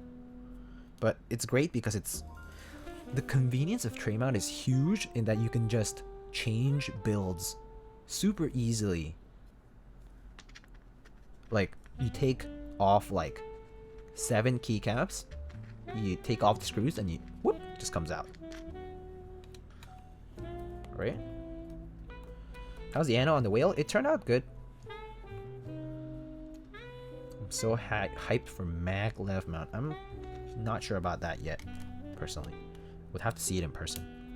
I think maglev mount or whatever might have too much give. So it might just feel like the whole thing is just moving too much. I think that's kind of how it might be. But who knows? Who knows? Who knows? We'll have to see.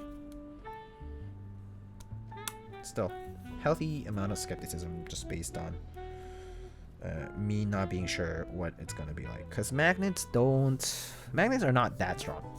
They can be strong, but too strong and it's like not great, and too weak, right? So it's kind of a... What color whale 75 are you going for? I'm actually probably not gonna get a whale 75 myself. At least I'm not planning on it, because I don't have money to spend on a whale 75. I just recently spent money on a new desk, and I also recently spent money on gifts.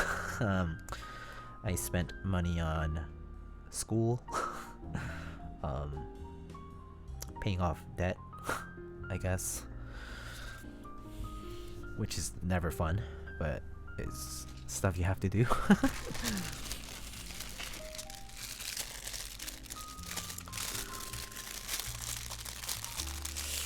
Going off the house, the tolerance, the seams and all that looked really good. Kimchi Jody Boy on the whale. Maybe the plate. I mean, we'll see how the plate fits after the build is done, though. Right now, I'm not sure though as to the fitment of the plate. Maybe the plate will bend a little and might have some rattling. We'll see. I don't know yet. But when as it came in the box, it looked pretty good. So we'll see how it goes. Like the way it came in the box, though, it seemed like the seams were nice and tightly closed. No like real issues with the machining or anodizing. But yeah, the tolerance thing, someone mentioned it in chat. I think it was Croissant, but yeah, we don't know yet what it's gonna be like. We don't know yet. Oh, God.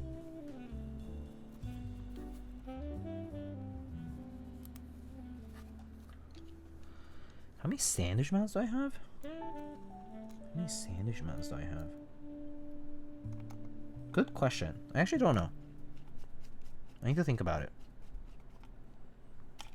I actually need to look at like what keyboards would have sandwich mount. I think most of my keyboards are either tray top or I guess gasket now, because gaskets become a thing.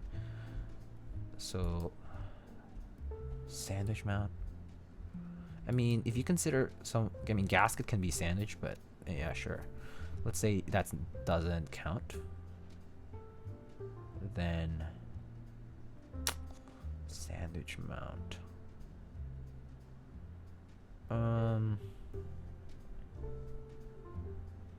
Sandwich mount. I actually don't think I have sandwich mount right. Oh, I guess weave-in is kind of sandwich mount. Weave-in is kind of sandwich mount, so I have that because it doesn't screw onto anything. The weave-in, it just kind of hangs in there in the middle. Yeah, that's sandwich mount. So the weave-in, and I think that's it. I never bought a queue. I built queues, but I never owned one. I never owned a whale before, so there's that.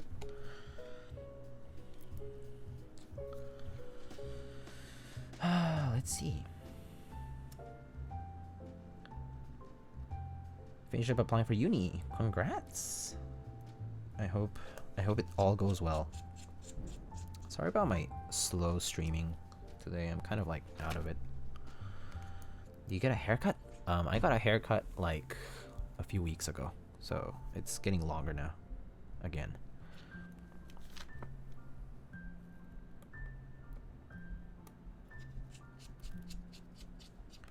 Don't own any sandwich mount keyboards, but I had Subway for lunch. Does that count? Yes.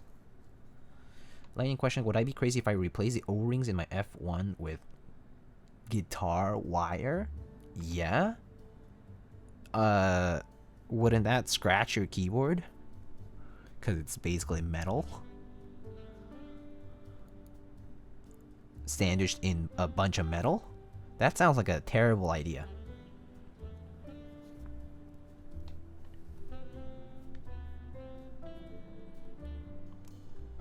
That actually sounds horrible. Why would you even do that?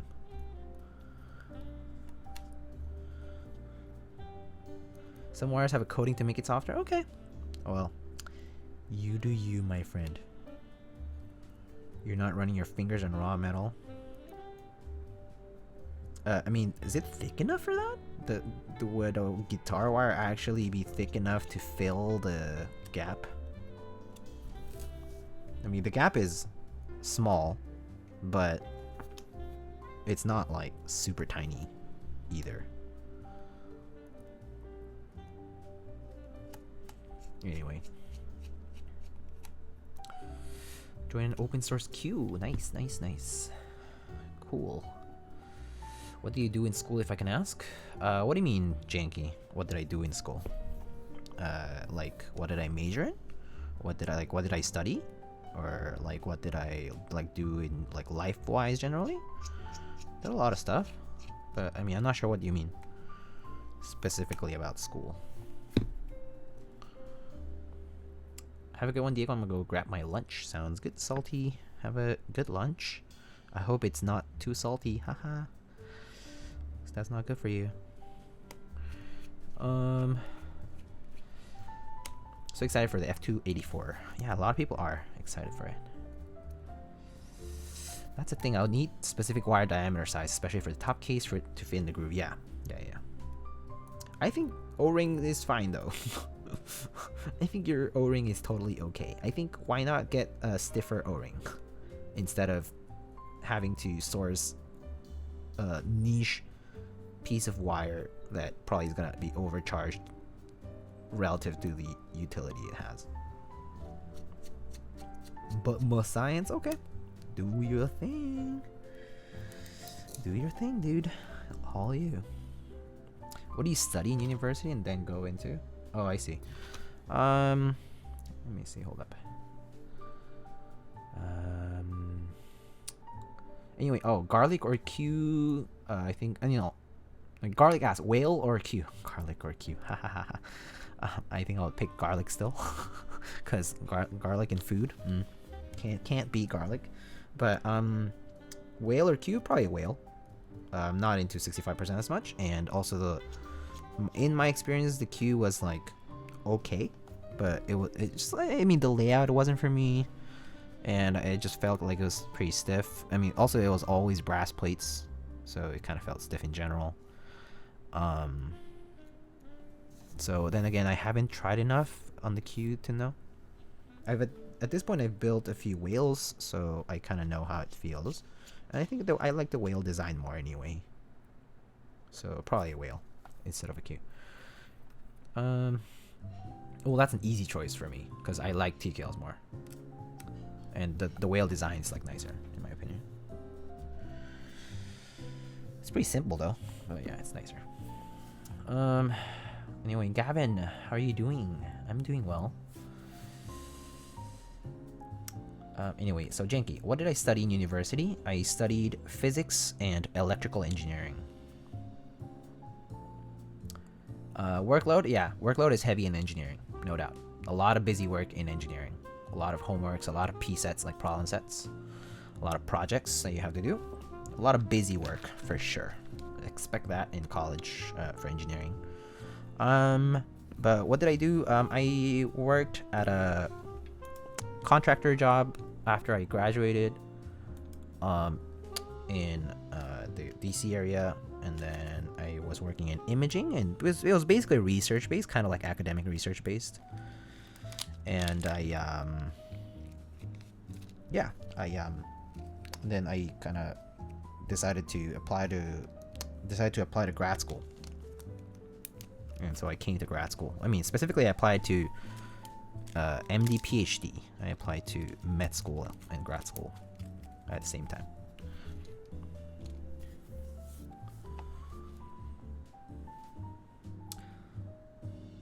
But yeah, that's kind of my trajectory. Basically, did undergrad, double major, did it in 5 years, and then went work a job for a bit, and then decided to come back to academia, and so I'm back. And I've been in back in academia for like 3 years. Yeah, something like that. Wish more 65% had layouts like the UD70. The UD70 is pretty interesting. I actually do enjoy the layout of the UD70. Alright, I clearly have been talking too much and not doing enough keyboard, so it's time for more keyboard.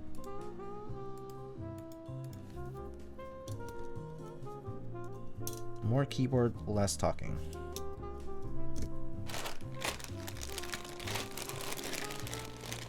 Q seems pretty stiff with the plate design. Yeah, it's pretty stiff because it also has very little room in there. Everything is very tight in the Q.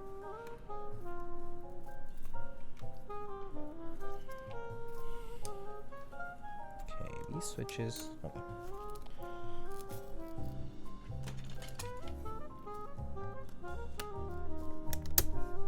This switch is not closed. Oh, yeah, okay.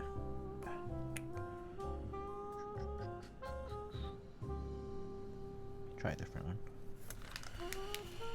Let me see if it just clips onto this plate.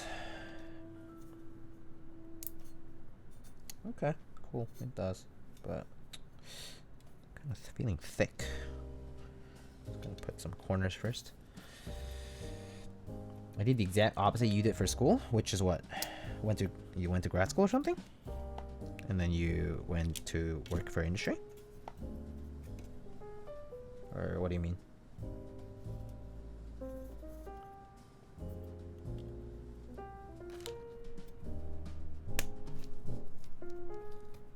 This plate's kind of tight.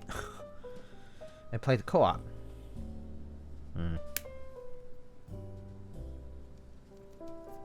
Which upcoming 60% is exciting except for Unicorn? Rogue by Ion Keyboards is exciting. Mr. Zamumon has been teasing it on behalf of Poner. Consider Ion Rogue in the future. Rogue's so hot right now. Yeah.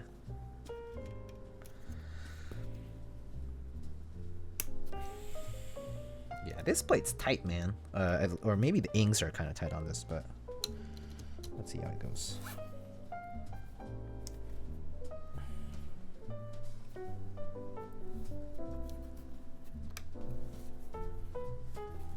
Oh man, hopefully this works. Right. Okay, it's nice and steady in there. Okay, all right.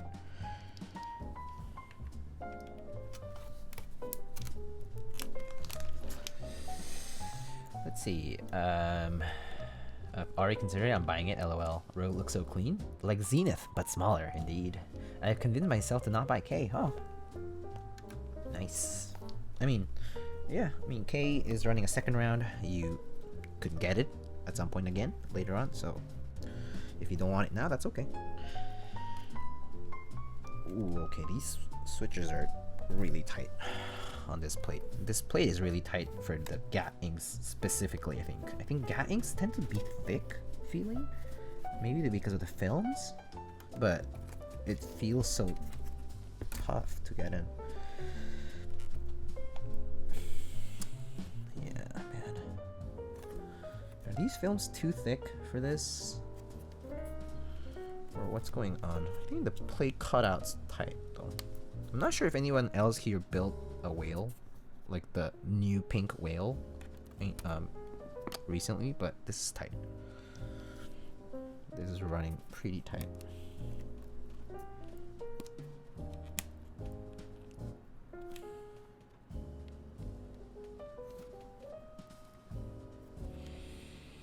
I've heard that Gat inks by themselves are pretty thick. Films probably make them even thicker.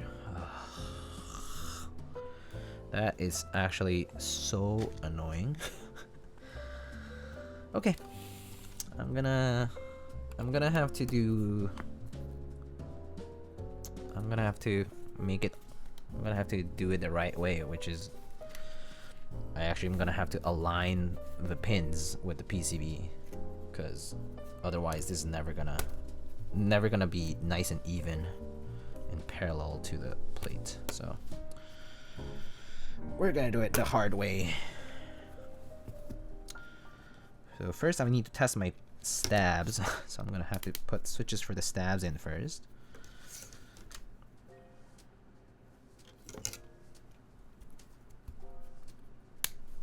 Yeah, these inks are running tight on this plate right now. So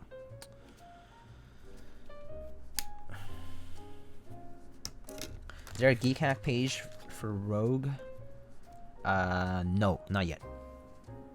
It's just been teased in renders. Just go to ionkeyboards.com, I think, and go to their Discord and check out the design. There's a channel for it. And Zambomon's just been posting it on his Twitter and Instagram. So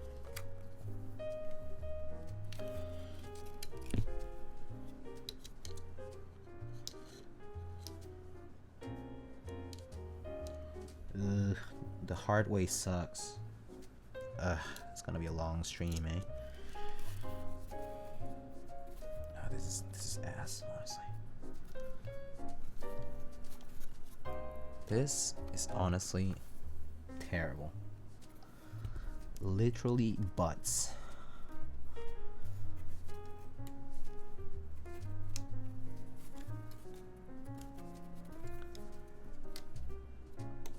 Yeah, I do think it's just the inks being kind of tight on this plate. I could try a cherry switch. Oh wait, do I have a cherry switch here? It's somewhere over there. But it's okay. I'm not gonna waste time here.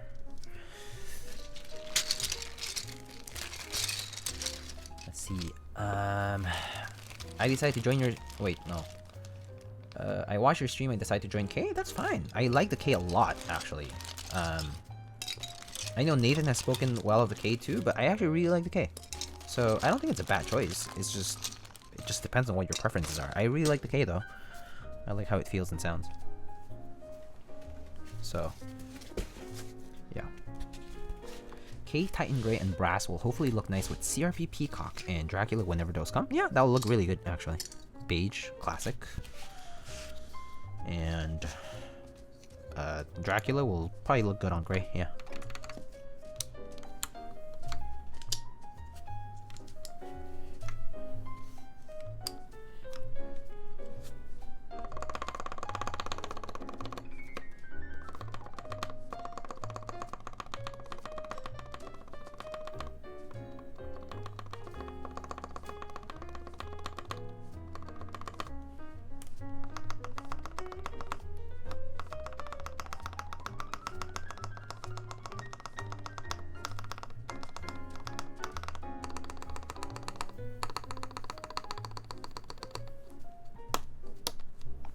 Ooh, pop wire. Wire pop.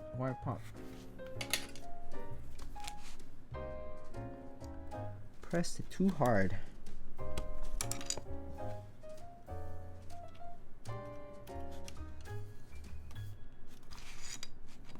Pressed it too hard.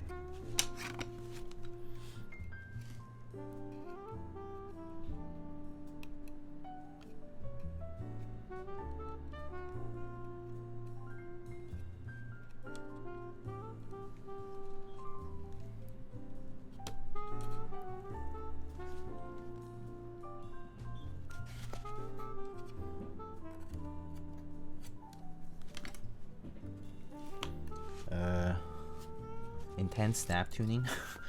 Yeah. Ugh. I'll get to that one in a bit. I'll get to that one later. So annoying.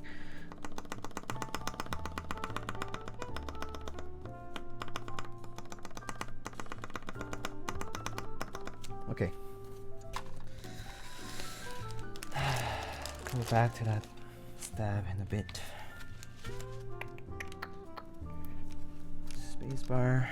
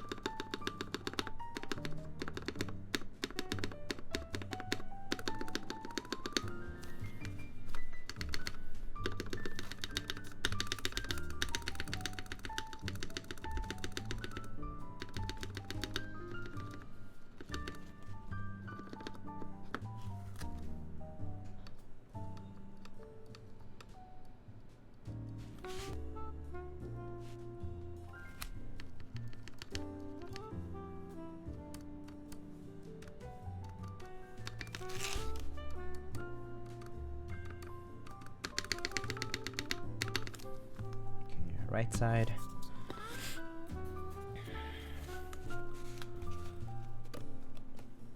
When you troubleshoot, we learn. That is true.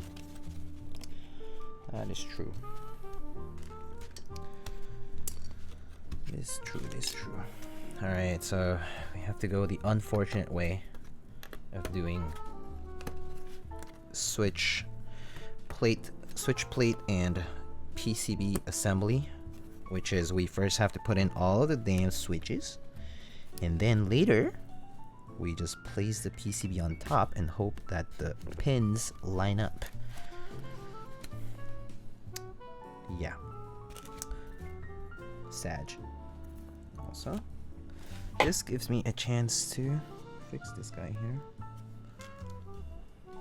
Grab some extra lube.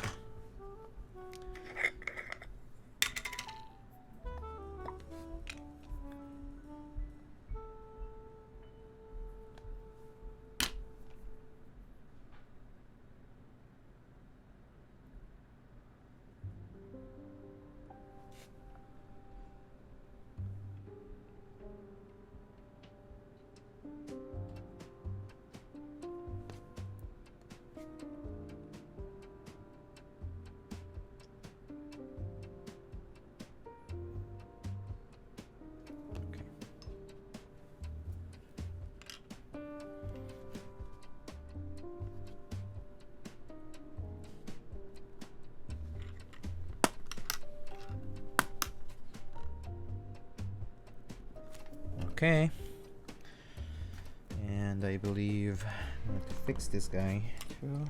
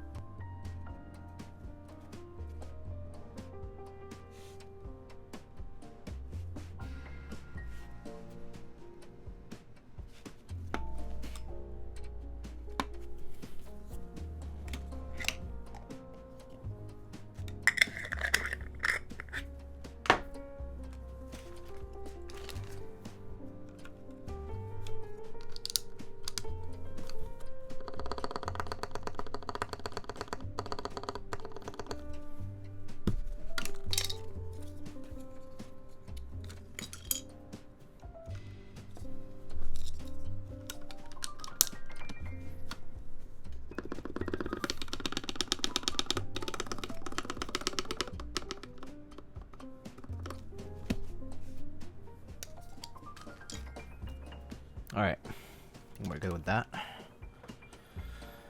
Alrighty, let's get these switches in now. I think the stabs are done.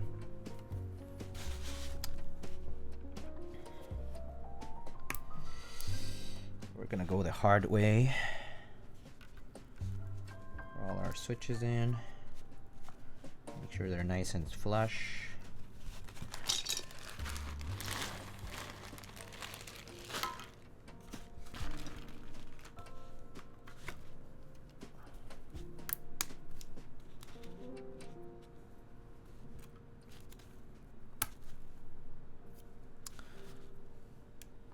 So yeah, for those who have dealt with tight plates, sometimes when the plate is too tight, I mean, when the switch and plate fitment is too tight, the reason I'm doing this is because when it's too tight and the plate is suspended by like, you know, like these stab cutouts and whatnot, when you try to insert a switch in the middle, this is just gonna sink in. So basically, the switch won't ever quite clip properly onto the plate, which means that it's not going to be properly flush on your PCB and your plate, and you're going to end up with crooked keycaps once you put keycaps on.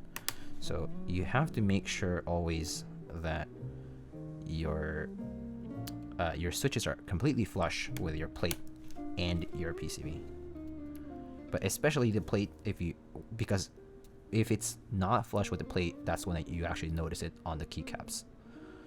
As well as like if it's not properly on, like, you know, if it's like bent on the PCB, it's the same thing. So the angle is gonna be off.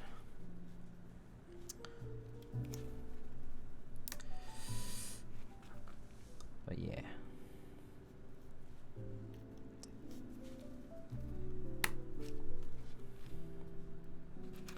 Why do you put inks into fridge first for 1 or 2 hours for them to shrink? I just read that. That's hilarious. So yeah, this is one way to do it. The only problem with doing this is that you can't go back on it easily. And obviously every single pin needs to be pretty straight for it to like fit into the PCB holes for the pins. So yeah, ideally you're not messing that up. It's kind of like doing like a hot swap. It's like you're making sure that every pin is straight before you push it into the PCB. So we should name the method. Hot swap, like, I don't know. No, never mind. Don't name it. It's stupid.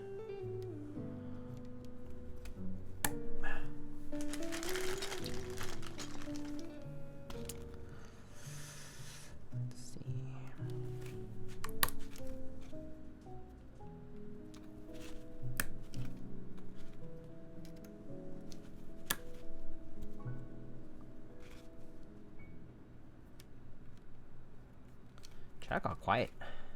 I guess it is late. I'm taking quite long for this build.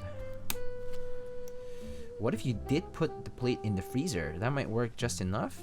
Wouldn't I have to heat it up for it to expand though? Don't you want to expand the plate? Not shrink the plate?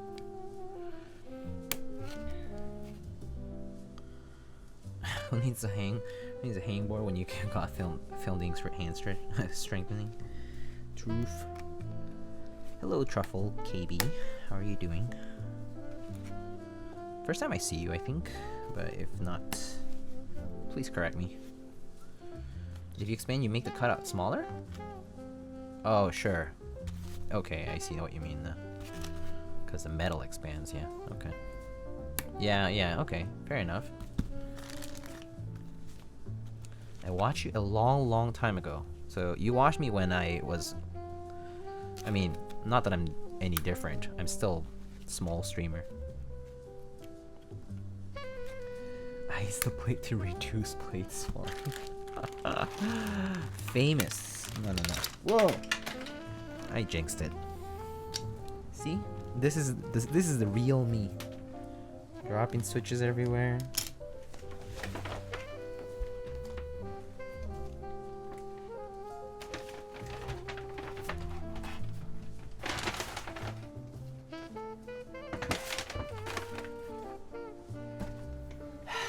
There we go.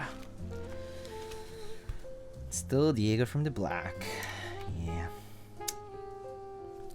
Good old me.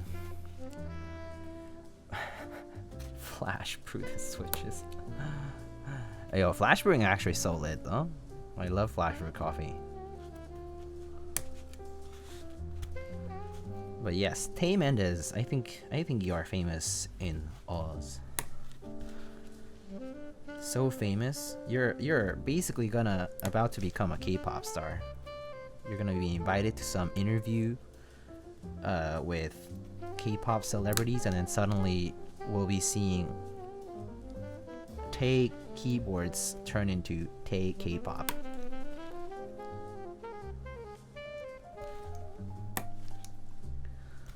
Where? I was talking about Tay keyboards. Tay pop star. Tay pop star. Please. Did you pick up Serica? Not yet, but I probably want to. Yeah. I usually pick up sets at the very end. I pretty much buy the sets like on the last day or the second to last day. For the most part. No one man should have all that power. Seriously, man. Making us look bad.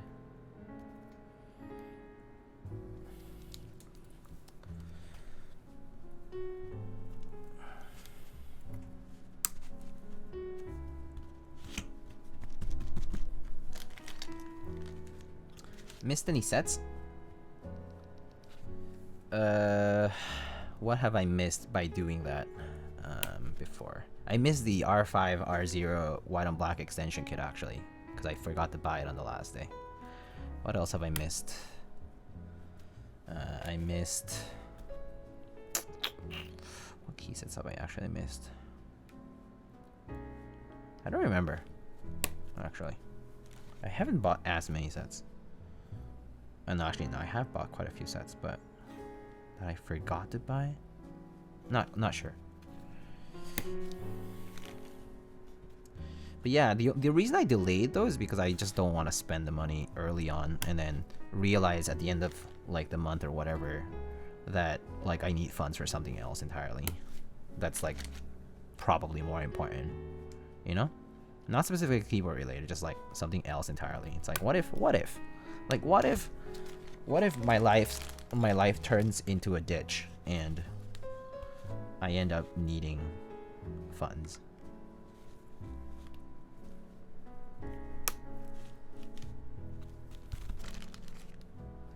I'm hoping that Sagittarius comes back. I know that R1 hasn't even shipped. Sagittarius. Oh, Sagittarius ran, that's right, yeah.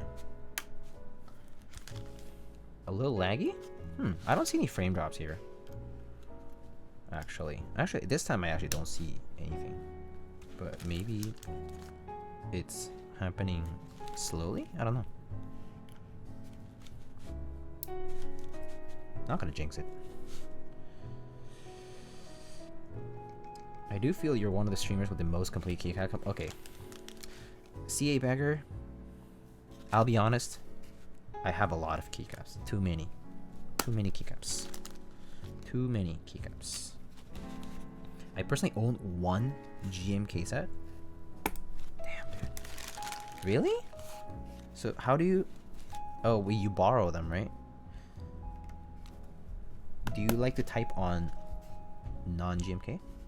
Tay? Mendez? Do you like to type on... Do you type on... What do you type on? Actually, what do you like typing on? I actually don't know. What do you like? What do you like normally typing on? Like... Do you type on... If you don't have GMK sets, maybe it's because you don't want to buy them, or you cannot afford them, or because you just don't use them. Right? Or maybe because you can just borrow them.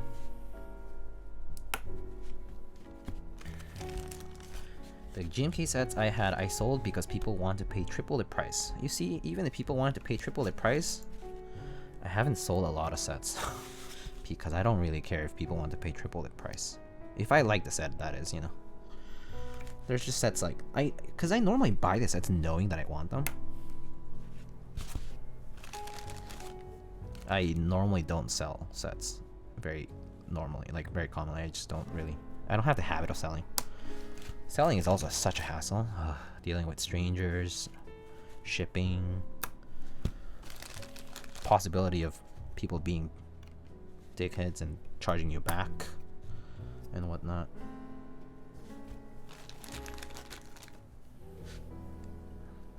Yeah, borrow. I like GMK. I use a stock wireless keyboard because wireless, stock OEM. Okay, that's fair. That is fair enough. All I buy is GMK one in black. Wait, what about F1 steering wheels?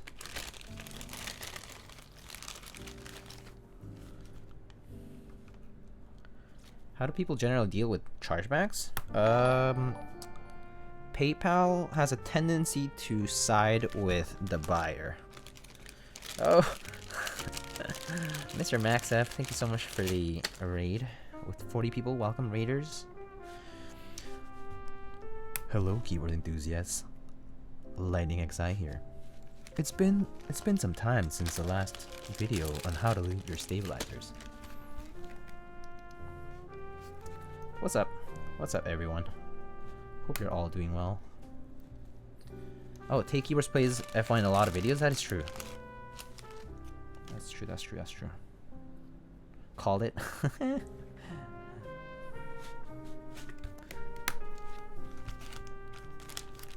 Okay, I think we're good. Alright, the moment of truth is... Am I gonna bend a pin? Oh, actually, this one I should take off.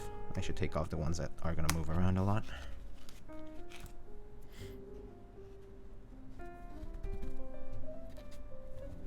Okay.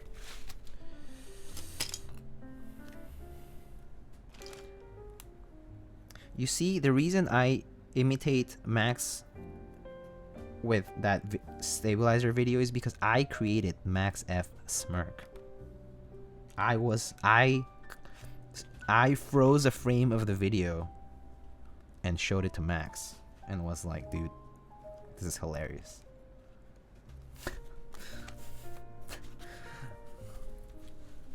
And then Jack Static made a comment in the video that was hilarious.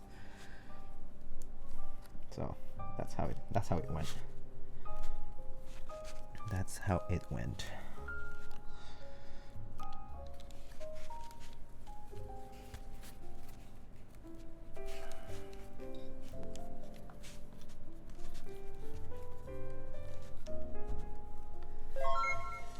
Yo, Max, thank you so much for the tier 1 sub. Thank you so much.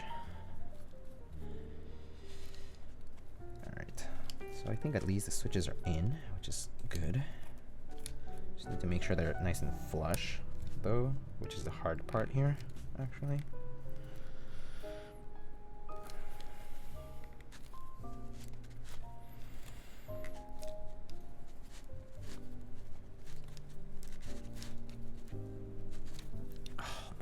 Fingers hurt.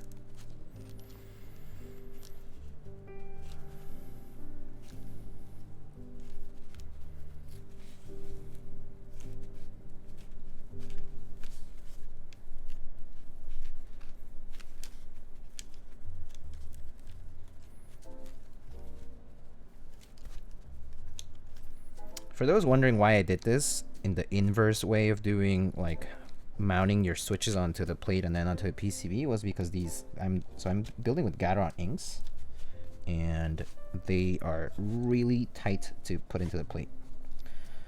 And if I just put the plate on top without switches and I just try to put switches in, basically the switches would never end up flush with the plate, which causes things to get crooked and look bad.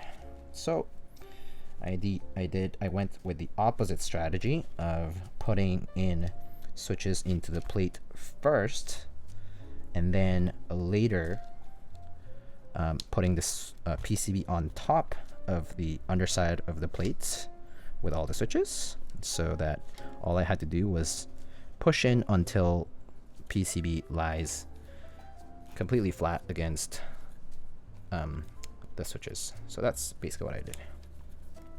For those wondering why I'm like pressing the PCB like it's some massage mat or whatever, this is why. Will you do the what method when you solder? What's the what method? The what? The what?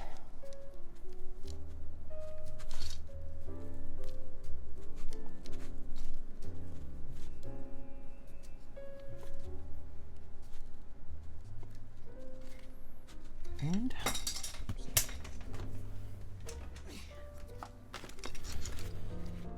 the PCB owes you money. Alright, so now I can check for straightness and whether the switches are actually flush on the PCB. So what I do is I just look at the level to which each of the switches is like coming up on the underside. So when I see something that's kind of shallow, I probably push that in a bit more. So that means it's probably not fully flush.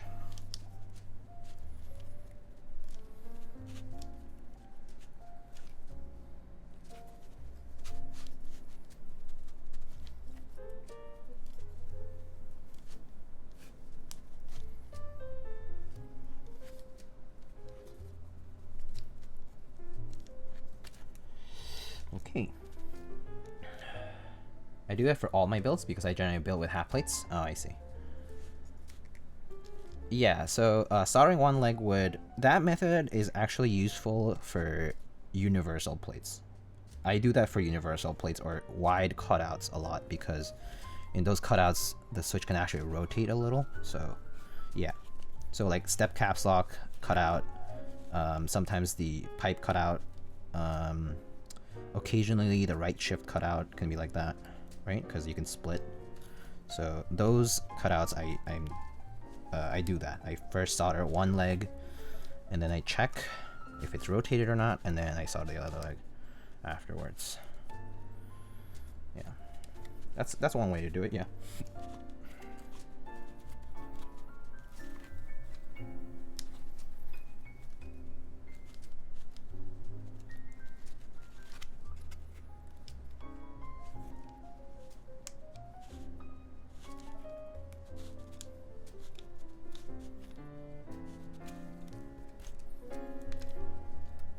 Alright, I think it's actually straight now, which is great. Now I just need spacebar, switches, caps lock switch, and bottom row. So we're going with standard and just 7U bottom row. So these are easier to put in because the cutout's actually big. So these are a piece of cake to put in.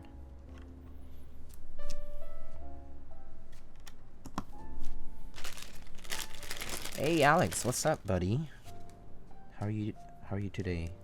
I mean, we talked earlier in the morning, but how are you tonight? Isn't it bedtime soon?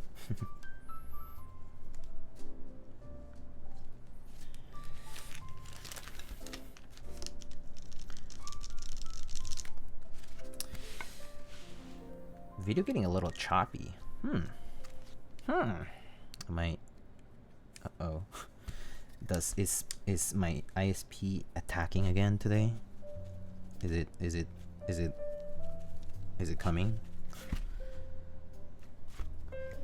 The attack of the spectrum.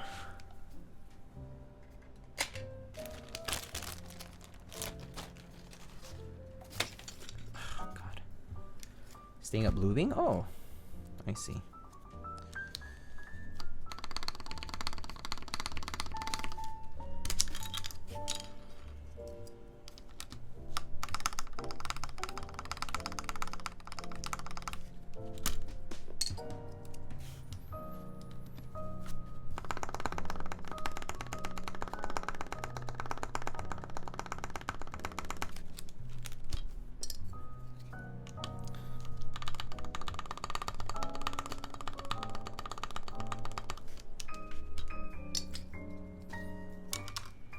It's over, yay. Okay, that's good. Alright, cool. Stabs are good. We are ready to solder.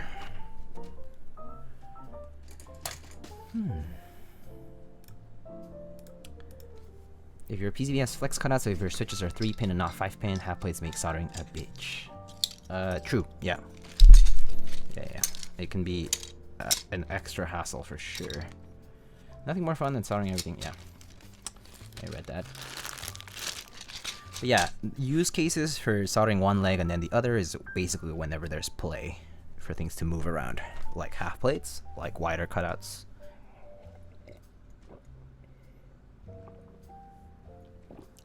It's been like 2 hours, and I think I've gotten like 2 hydrates. Thanks, guys. Don't want me to hydrate.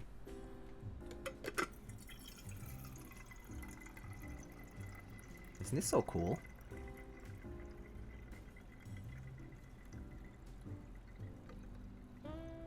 Saving up for push-ups? We already did push-ups today. I did 30 push-ups already. Earlier today. Earlier in the stream.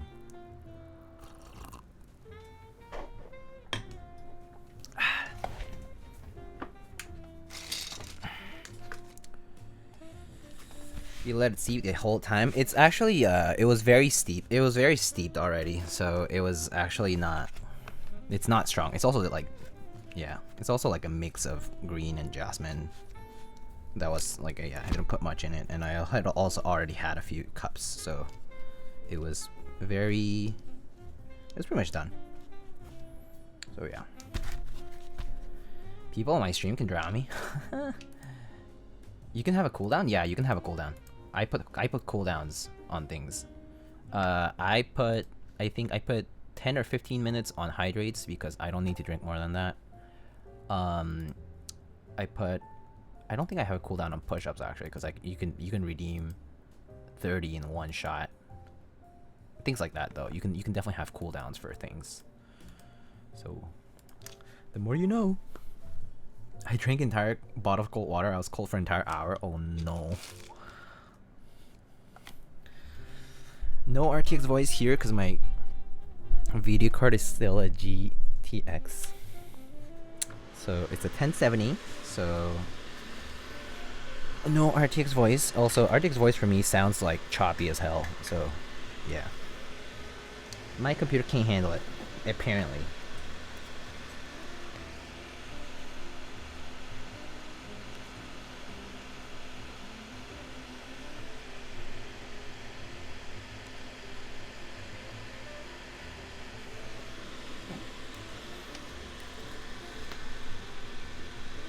It's not that bad though, TBH.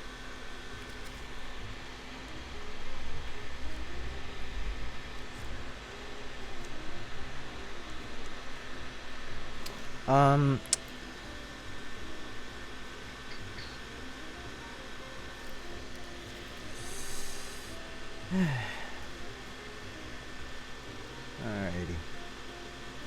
So I actually also today I disabled redeem for key set picks because the client wanted their key set on the board, so it's already pre-picked, much to some people's misfortune and some people's fortune, perhaps. We'll see if people like it or not. Some people might hate it though. I can already tell some people might hate it. Lung filter good. Lungs are a hell of a filter. Just not always, doesn't last too long. He's got some stamina, but still. Lungs. They're alright. They're alright. If the keys at redeem was still there, someone would have picked Handerbite. Oh yeah, someone always picks Handerbite at least once every stream, because they know I haven't.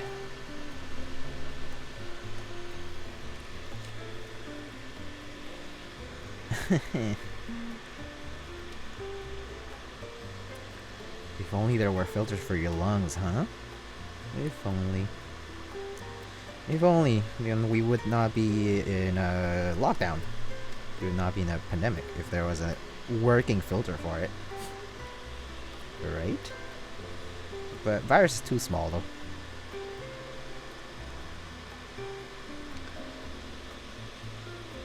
I can't say too many times till you summon them.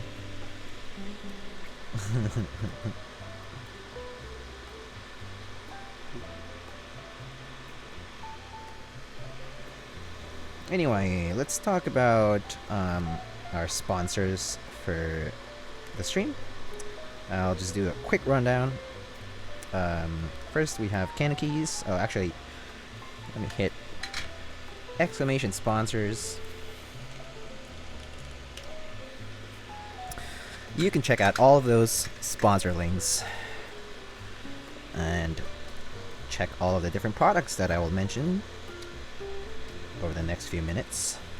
So first we have Keys. You can head on over to Keys, where we currently have GMK Pink on Navy on Group Buy, and it also there's also I believe there's a Rama keycap, and I believe there is desk mats as well. So GMK Pink on Navy if you like navy base for your key set colors, and pink looks pretty cute, not gonna lie. That should be running until basically the end of the year, so until I think either December 31st or January 1st. And then in stock we currently have Lavender Switches, which are a full nylon housing switch. Full nylon housing switch with a palm stem, and they come in this very cute translucent lavender color housing. They actually look super cute.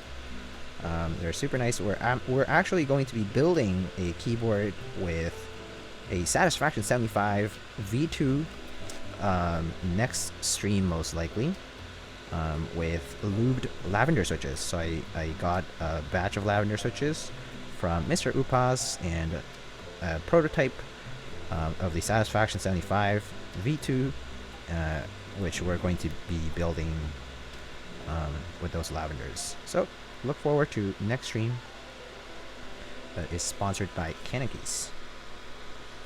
Alright, also in stock I think we have OA switches, which are JWK linears. There's mauves and lilac linears as well, which are more JWK linears, so you can feel free to check those out. There's also like Tribosis 3204 and other things in stock. Next up we have Dixie-Mech. You can head on over to dixiemech.com/lightning, and you can currently check out GMK 80082, which is currently running until the end of the month. It comes in 2 different colorways this time. It comes in the original gray and pink colors, and it also comes in this in blue legends. It's called a blue standard kit, and there's also alternate modifiers for that you can check out with, and you can mix and match things with the 2 different kits. So yeah, feel free to check out GMK 8008 round 2 on Dixie-Mech. Dixie also regularly stocks desk mats and other accessories like keycap storage bins and other smaller things that you can check out. There's a tiger behind. Indeed, lilacs are tactiles, so there are lilac linears as well now. If you go to canonkeys.com, you will see them. There are lilac linear switches as well now. And there's a tiger behind. Indeed, that's JD! Exclamation JD for information about the tiger in the back. Yeah. Or exclamation tiger works as well. Nice quick fire rapid. Thank you so much. It's my favorite gaming keyboard. Anyway, next up we have what do we have next? We have Mint Autumn. In Mint Autumn you can check out right now the Rukia Round 2 group buy is waiting to fulfill. I believe there have been some recent announcements regarding the Rukia Round 2 if you're currently in that group buy. If you head on over to mintautumn.com and you get into their Discord server has announcement channels for that, and as well as other projects that Jack Static is currently working on. The main thing that you should probably pay attention to is that In the future, he will have injection molded cases made out of polyethylene, the same material that we've seen new stems being made out of. And we might see cases made out of that material, that plastic, in the future, hopefully.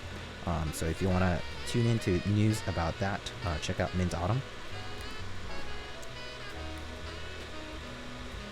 Came back to hear favorite gaming keyboard. Yeah. Pinche JD, was he listening to? He's listening to some, I don't know, maybe some cumbia. I'm not sure. Maybe. Next up we have novelties. On novelties, we currently have in group buy, we have, today is the last day. I repeat that again. Tonight, or like basically, technically it's actually done, but maybe it's still open until the morning. But today is the last day for GMK Yuri Round 2. GMK Yuri Round 2, today is the last day, so check that out if you want to give it a last chance. But it's a set by Tom Berry, comes in this cool blue and very light blue with orange legends. It's a very underrated set. I personally really like the set, but anyhow, it's pretty underrated. But yeah, today's the last day for GMK Yuri Round 2. We also have, what else is currently on group buy? We have GMK Serica Round 2. As you know, GMK Serica Round 2 comes in 2 different base kits. There's a Latin base kit, and there's a Hiragana Sub-Legend base kit, and there's child kits as well to support other layouts. There's a cool Rama keycap novelty, and there's also 2 different Salvin keycap designs for Serica Round 2. So check those out, they're pretty cool. I'm probably gonna get at least one of them. So yeah, there's desk mats as well, they're back for group buy. So the light version and the hexagon version, the hexagon dark and hexagon light, as well as the Serica version, they're all 3 of those desk mats are available for group buy on Nullkeys. We also have the MK65 Olivia edition, which is cost $230, and it's basically an all-in-one kit. Includes DSS Olivia, comes built with stabilizers and rosette switches, a custom switch based on the Novelty Silk switch. So it comes pre-lubed with 205 grade 0, and comes with a slow 63.5 gram spring. They look really cute. The MK65 Olivia edition comes in 2 different colorways. It comes in a light form and a dark form, and the key sets are also alternate based on that. So check out the Novelty's website to see more details about that. And it costs $230, and the group buy should be ongoing, I believe, until Christmas Eve. I think that's right. I think Christmas Eve is the last day for the group buy for the MK65.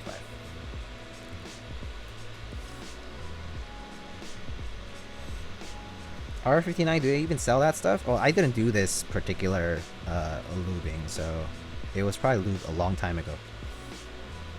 Anyway, let me see. So that's Novelties. Novelties, you can also check out any in-stock product, and you can purchase any in-stock product with 5% discount if you use the promo code Thunder on Novelties. But group buy items will not have the discount applied, just so you know. Next up we have Prime Keyboards. Prime Keyboards is planning on doing the Meridian, the AIO3 collaboration keyboard that is a split 60%, split ergonomic 60% essentially, similar to like an Alice, but without that like 3-key macro cluster on the left. We've seen, I believe Nathan built a Meridian prototype, and those will be an in-stock sale in the first quarter of 2021, so expect news very soon. I would highly suggest you to sign up for the newsletter. I would highly suggest you to join their Discord server, because the pings go there first, I think. So yeah, just so you know. They also are planning to stock all Palm housing JWK switches, some of which Nathan Teha Types already reviewed. I actually have a batch of them as well. that I will be lubing and using in a build at some point in the near future. I just haven't gotten around to it, but I will also be talking about these all palm housing JWK switches that are coming soon. They're linear switches, and yeah, those will be coming in, I think January/February is what I was told. So yeah, expect them around then. On Prime keyboards, some of my favorite Durock stabilizers are available exclusively through Prime keyboards, which is the smoky housing and the black wire Durock stabilizers. And so I don't think any other of the North American vendors currently carry those other than Prime keyboards, and I like sourcing those because I just really like the look of them. They also stock other switches like alpacas and silent alpacas, like Prime E related accessories, some key sets like lube stations, and so on and so forth. Next up, we have Project Keyboard. I believe Project Keyboard is currently just working on fulfilling existing projects such as the Tengu by Finderworks. So if you are in the Tengu group buy, there have been a few updates, so I highly suggest checking out the Project Keyboard Discord server, where there is a channel dedicated to Tengu, and there have been updates and photos posted. Next up, we have Salvin. Check out salvin.com to see our favorite Belgian machinist's different projects. He has collaborations with a large variety of creators and makers in our community. He has collaborated with the Synth Project, with Hungerworks Studio for artisan sculpting and keycap mold creation. There's also like Key Cult for Key Cult number 3. There's been key set collaborations, a bunch of different novelty keycaps that he has made in aluminum, brass, copper, you name it. Yeah, lots of cool stuff made by Salvin. He's also at some point going to stock like swag, so like you're thinking about like sweaters or like apparel, stuff like that. Yeah, lots of cool different projects that Salvin's doing. Salvin's also going to be doing the Aurora Input 65, the one by Oblotsky and Sambon. So yeah, lots of exciting stuff. So check out salvin.com for that. And then lastly, we have Space Cables. You can head on over to spaceholdings.net to check out a few different collaboration cable drops are currently available. 8008 2 cables are available. Serica Round 2 cables are available. Pink on Navy cables are available. And what else is there? Is that it? I actually don't remember, but yeah.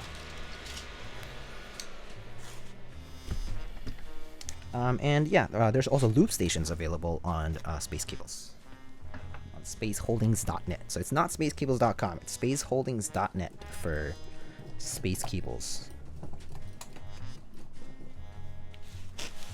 He's listening to Los Tigres del Norte. That's actually fun. Yeah, probably. Alright, let's test this keyboard first before we move on. We must test. Oh shoot.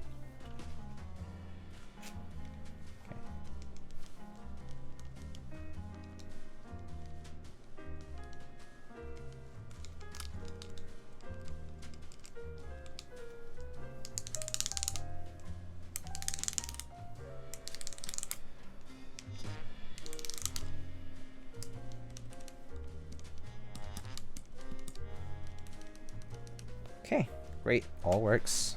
Awesome. And it's finally time to put it inside of the case. Poggers. Let's go. All right, where's the bottom?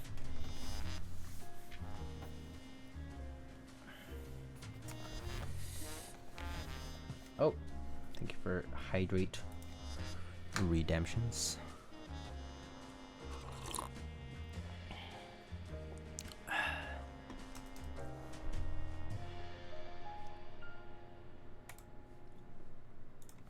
All right. Okay.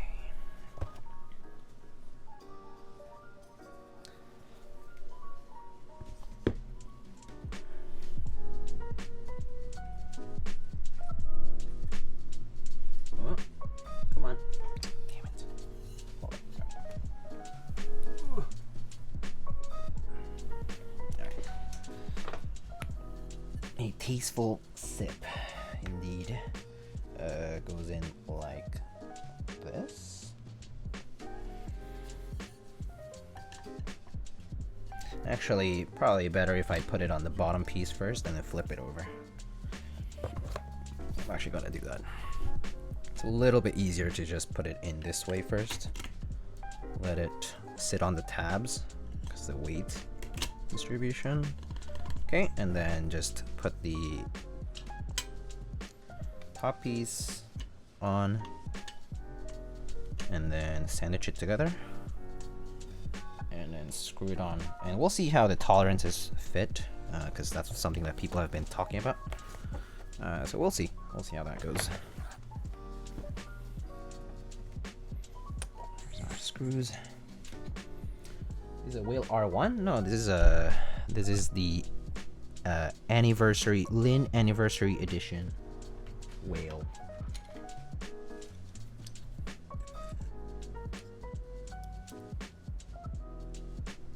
Which, I mean, is it, how do you differentiate R1 and R2 specifically to related to the design? It has the engraving and all, so I think it's, yeah, actually, I forget how to distinguish them.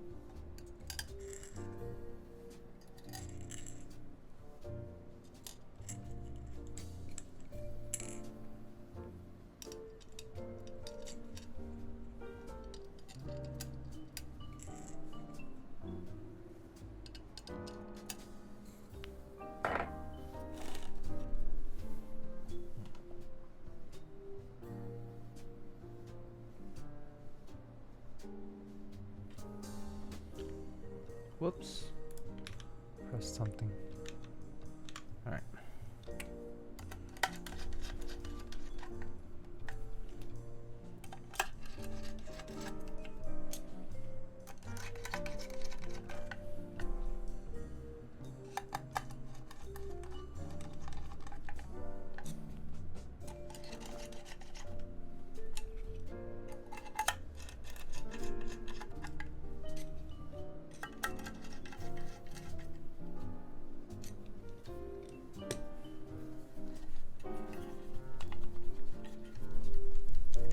Tolerances seem okay with this. I mean, of course, if you tap it really hard, it's gonna sound weird, but seems okay to me. No rattling or anything weird. So tolerances seem alright to me.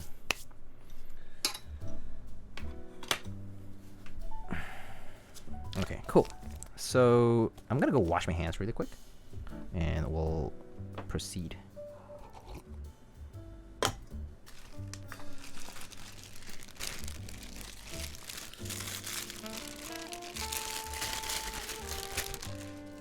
Right back.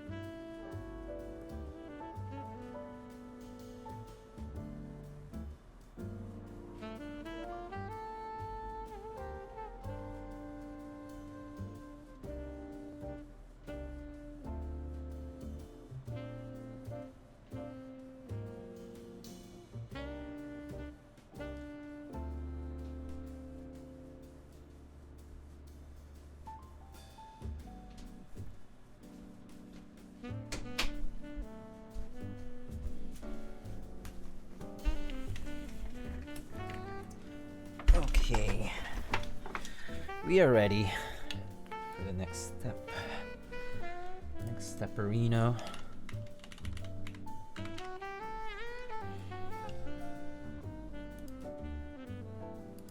Alrighty, let's see. So, the keycap set we have today.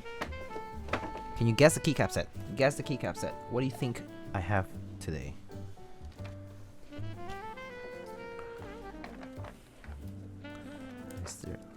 Chat's quiet. No, no. I bet you it's beige. No. No. Nope. Nope. Nope. Wow. No one's gotten it. No one's gotten it. Last few guesses? Probably. Nope. Nope. Nope. Nope. Alright. I guess nobody got it.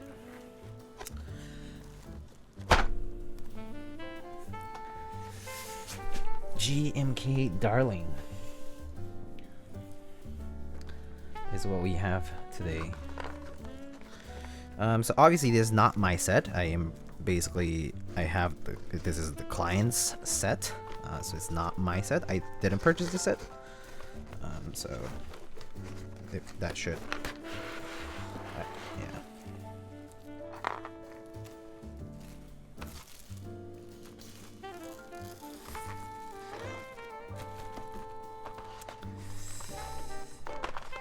Buenas noches, Alone TV.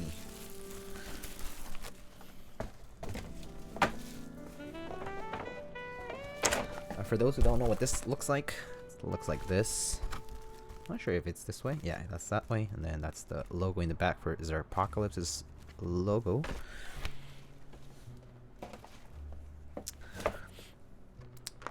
I just didn't want it to be Darling. Oh no. Alright. Well, great. New GMK tray, so lit. I love new GMK trays. Look at this. Look at this wonderful tray. Ah, yeah. Shift right in the middle. I don't even fucking know. Like, what? Anyway.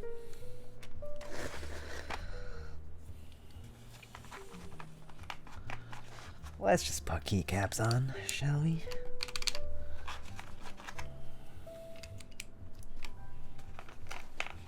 Can you take a bite of the corner? No, I can't. It's not my set. I can't do that. It's not my set. I can't eat the box. This is not my box. Please understand. This is not my box. GFK is busy making the trays. I don't even know, man. But this is these trays are so bad. Wait, is this? Okay.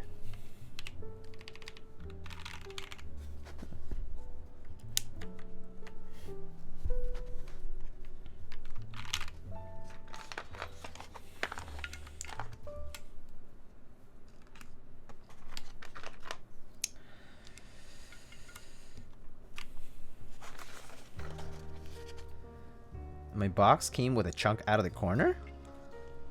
Oh, like from the vendor? What? Oh, probably got chipped off in shipping though, because when they come in the pallets and the big shipping pallets, basically there's weight on each set because, like, you know, they're just like stacked on top of each other. So that's probably why. That's probably why it had a corner bitten out.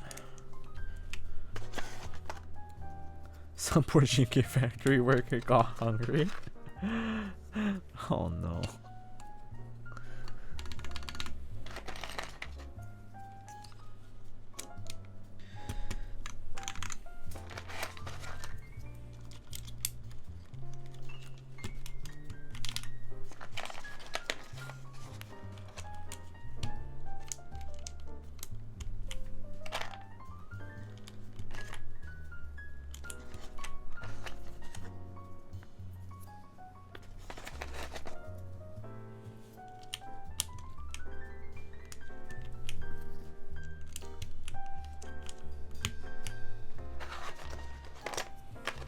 GMK is a small indie company. Are we really saving the environment by using these trays? That's a very good question, actually. I'm not very sure. I'm a bit skeptical, to be honest with you. I'm a little skeptical about the whole environmental aspect of it.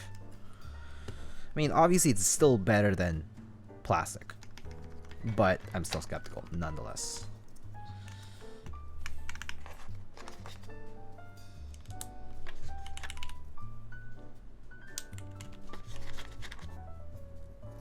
Let's see, pretty sure people are throwing more of these trays out than the plastic ones. Yeah, but at least these are biodegradable. I think that's the kind of point. I think that's the point of it. It's like, even if you throw it out, at least this tray is biodegradable, whereas a plastic one you have to recycle, right? Anyway, that's sort of what I think is the point. But we're gonna use scoop today because I want to use scoop. No vote on that because executive choice.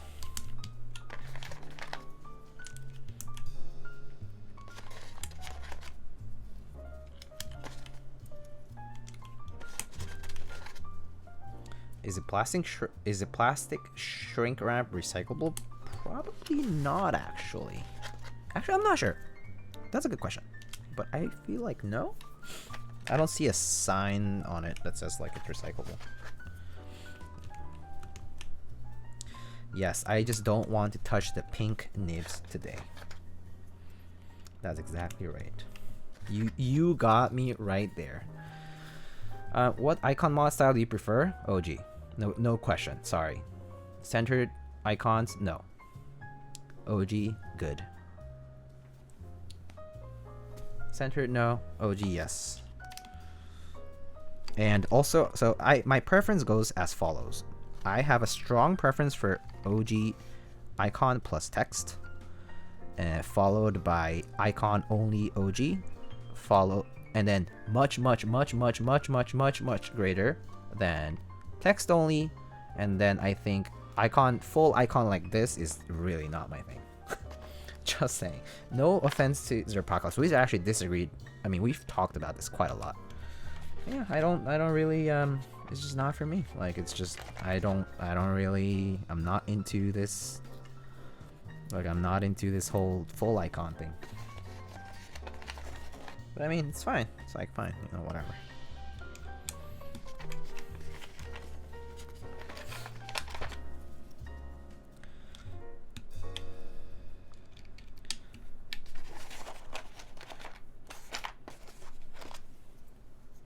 Icon mod looks nice except in the bottom row. Yeah, I agree with that. I think this is home. That's the symbol for end. I think this scroll and pause like this. Alright, the question is, do we use accent arrows or no accent arrows? And accent enter or no accent enter? That's the question. First.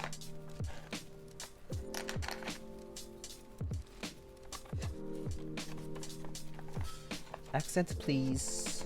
Okay. Accent. I can do accent enter, yeah. Accent enter. And then, yeah, we can figure out the rest of this. Accent enter. It's fine.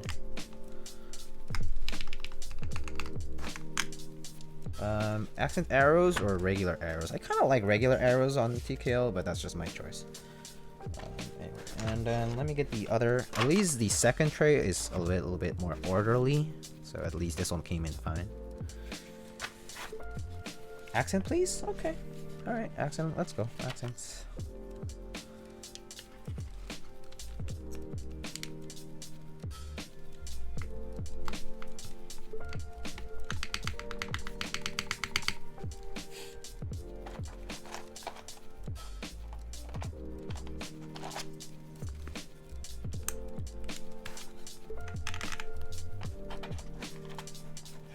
Is Topper your favorite tactile? Yes. In MX, I like Ergo Clears, I like MX Browns, and maybe like Modems, maybe? Alright, accent arrows right here. We have the cursed keycap.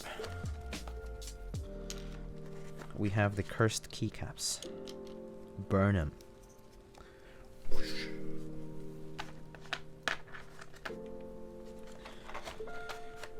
Are membranes tactile? Yeah, technically.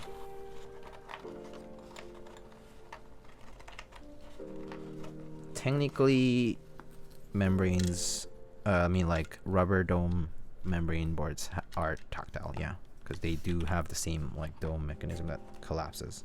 So yeah, they have a tactile feedback aspect to them. When you press them, you feel that they've been pressed down.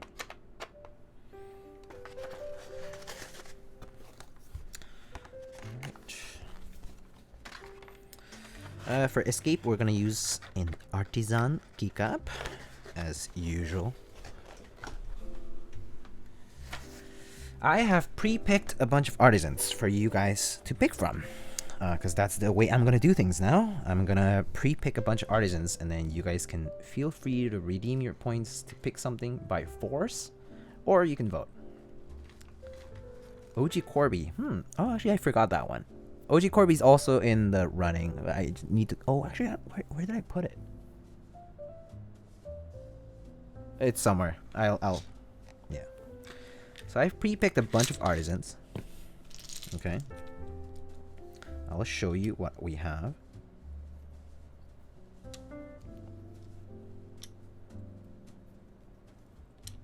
I did not know what the set looked like. So I kind of pre-picked out of a hunch, okay? So don't blame me if it doesn't match.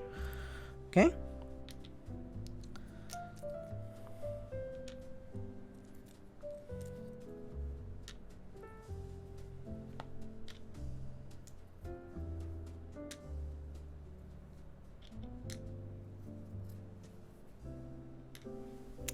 Okay. So those are the picks we have.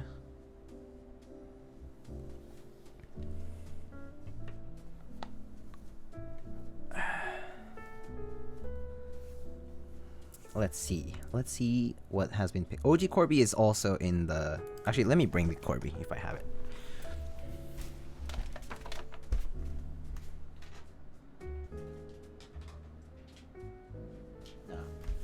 You know what, guys? You guys don't deserve Corby. You guys don't deserve Corby. You guys deserve butts. You guys are a bunch of butts. Bongo. Alright. 10 Peaches has redeemed her points. Bongo overridden. Let's see. Bongo it is. Boom. It has been done. We could put the other ones here on the top right cluster. That's the air fan I gave you? Yeah, I believe so, yes. Look, nice fit with this, actually. We could put the butt here. We could put like, let's see, Togepi, top left Togepi. We could put like, let's see. A lot of people said Togepi, a lot of people said Bongo, yeah. We can put the butt. Why this Bongo looks like a dog? Wow, that's kind of rude. Do you like putting artisans on nav cluster or F row? No, neither.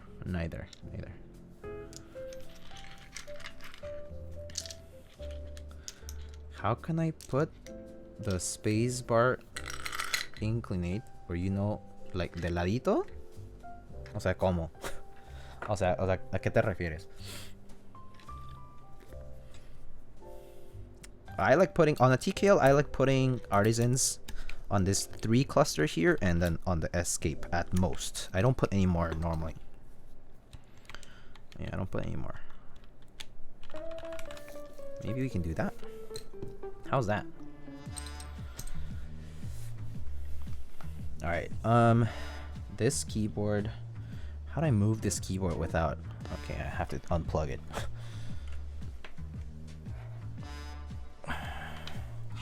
Fixed cable, Sag.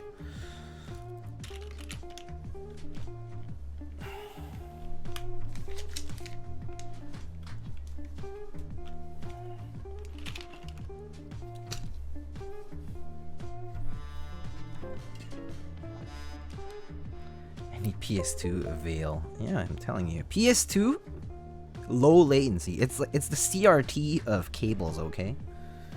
It's like playing Melee on CRTs. And the best wired GameCube controllers. Alright.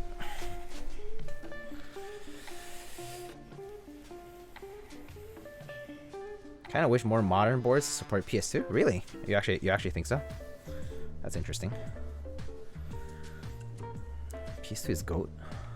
Do you want your cable from us to be PS2 detachable? I mean, if you wanna, no, I actually don't want to desolder this cable. This is so annoying. So actually no, it's because I would have to desolder this thing. It's just extra work that I don't want to. I would risk fucking up the PCB. So no, actually, yeah. Let's see, typing test. Okay, that opened up, but the window size is wrong. Alright, cool. 354. Let's see. Hold up. I'm not done yet. Need to change this. Wait, oh shoot. That's right.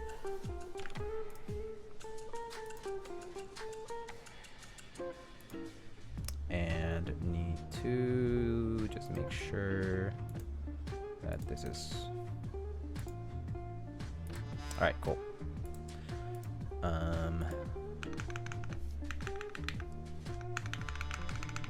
All right. Wait, why is this?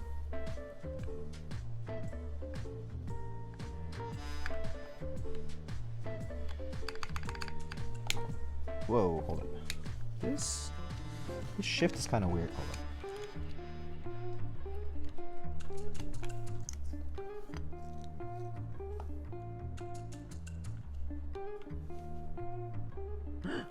Uh-oh.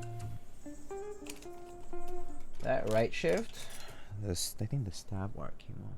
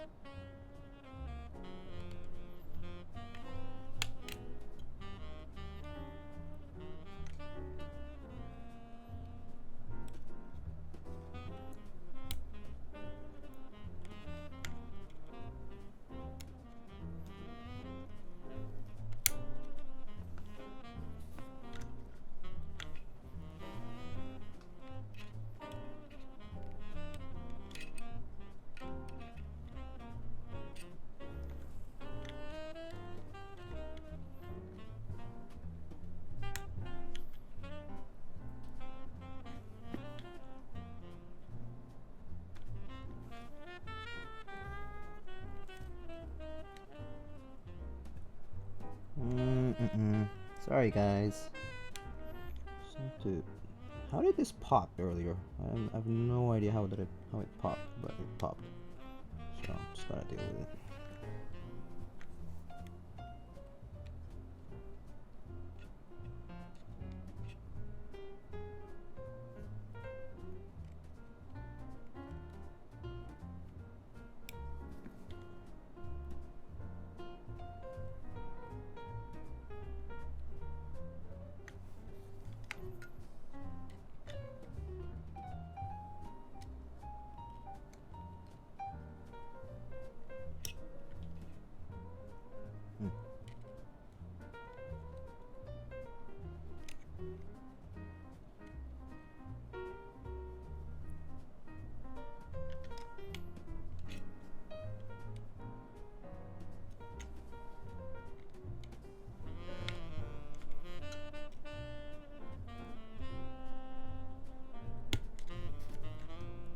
Hey, let's go.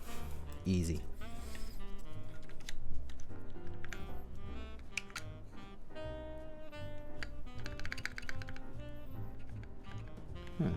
Still.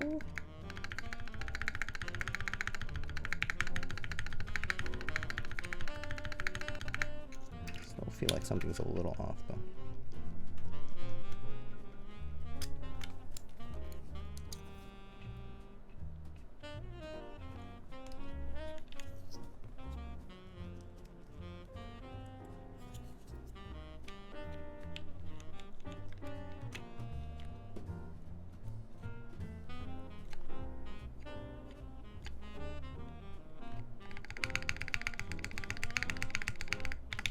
Alright, cool. Done.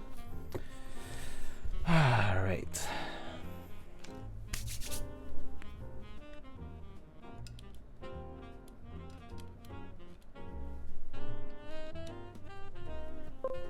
Yeah, I've had this happen before, so yeah. I'm kind of used to popped stabs and fixing them. Alright. Let's do this now.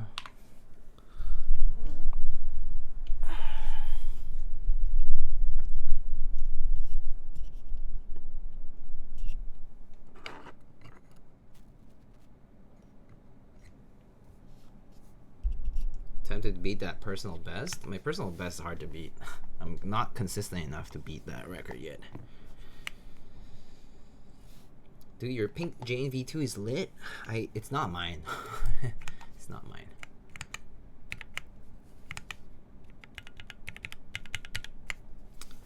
Alright. Let's see.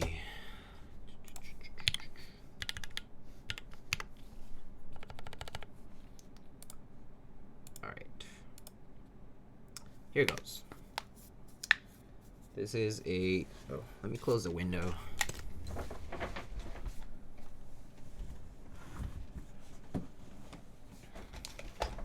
This is a build with Gateron inks on a full aluminum plate. Oops.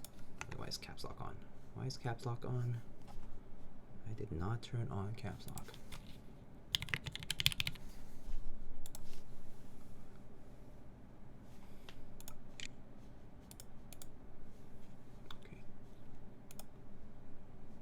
Huh? Wait, caps lock's... Oh, caps lock is on. What?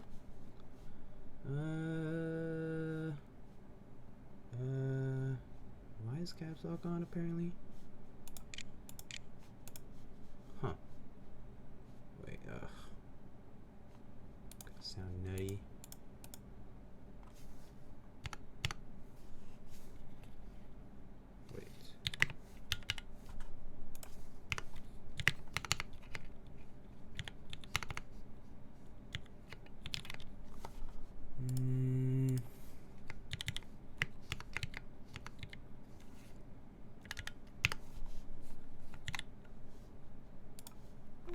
Sorry, friends. Just trying to figure something out.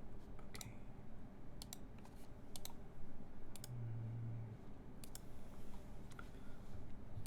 Okay. All right. Here we go.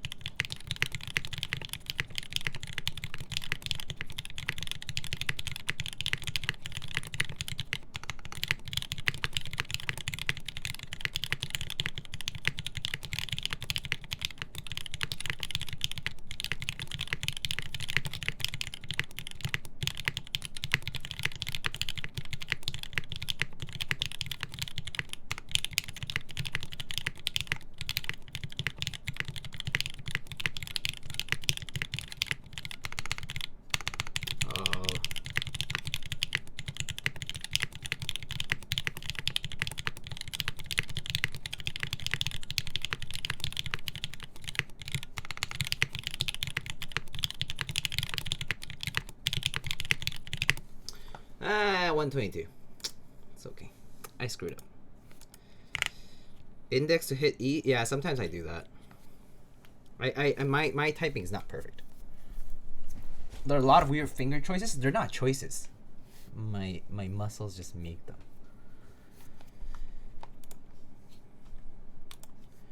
Yeah. Middle finger for W. Yeah, it's probably because I do this a lot. Yeah.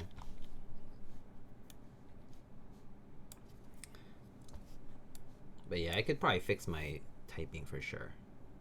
I don't have proper home run technique because I used to use index finger for spacebar for like the longest time. So, yeah. Let's see. Let's do typing camp together. I'm good, thank you. I don't. Yeah.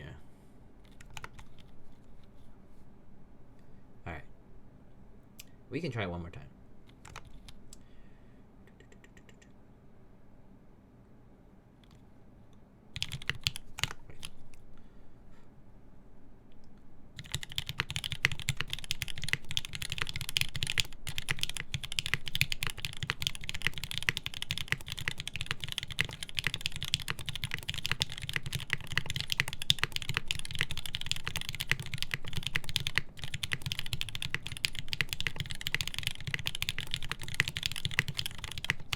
Ah! Screwed that up. Try again.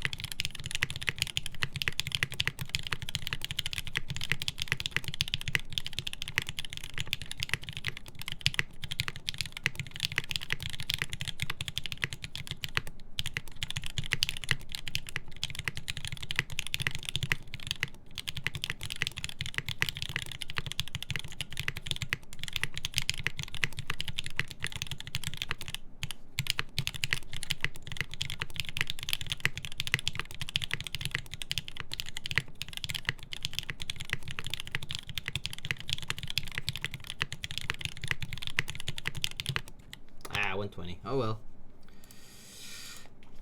Sun's out, pinky out. Yeah, I never use my pinky. Right pinky neglect is a serious issue. Oh yeah, please lecture me more. I love being lectured.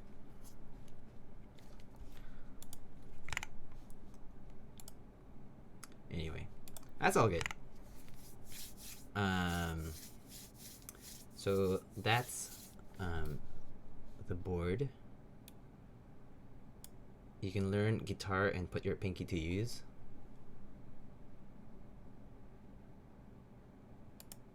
Yeah, true.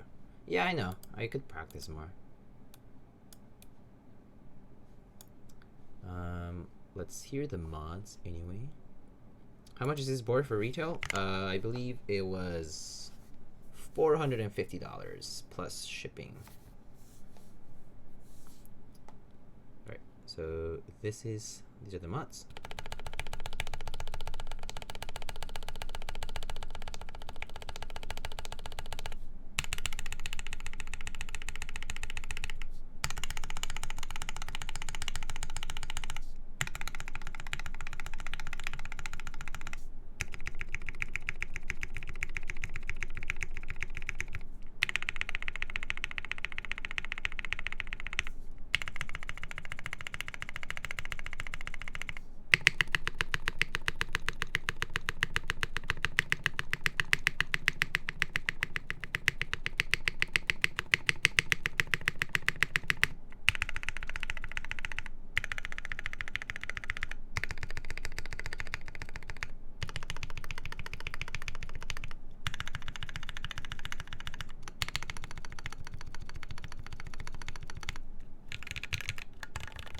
Bit hollow sounding, huh?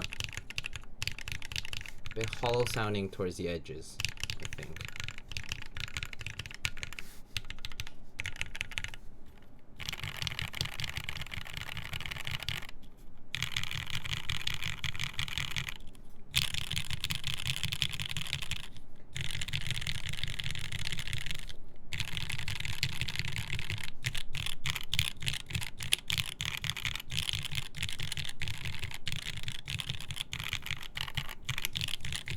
Yeah, this board probably would benefit from one layer of like shelf liner probably.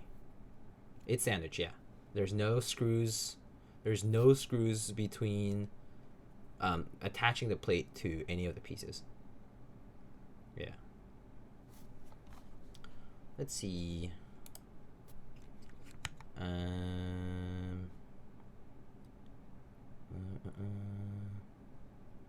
Which of Lynn's boards are your favorite? I like the whale, as far as some of the aesthetics go, the most. I think the dolphin is very interesting, but I would still say I prefer the whale over the dolphin, just in terms of the look. But the dolphin is a much more interesting board as far as like design and like sound goes, probably. So yeah. What do you think about the sound? I think it sounds a bit hollow, yeah, but it overall sounds okay. Yeah. Let's see.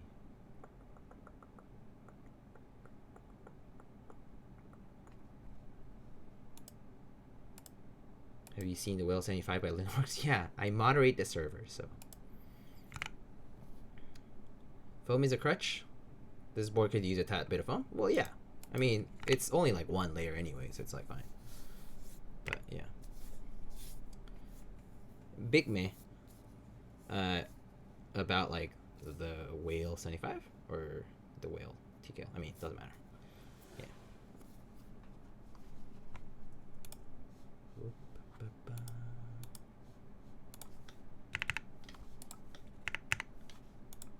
The look is on point. Yeah. Is there a link to Discord? I think someone can link it in chat, but yeah. Let's see. So this is how the keyboard looks. Oh wow, it's already 1 o'clock.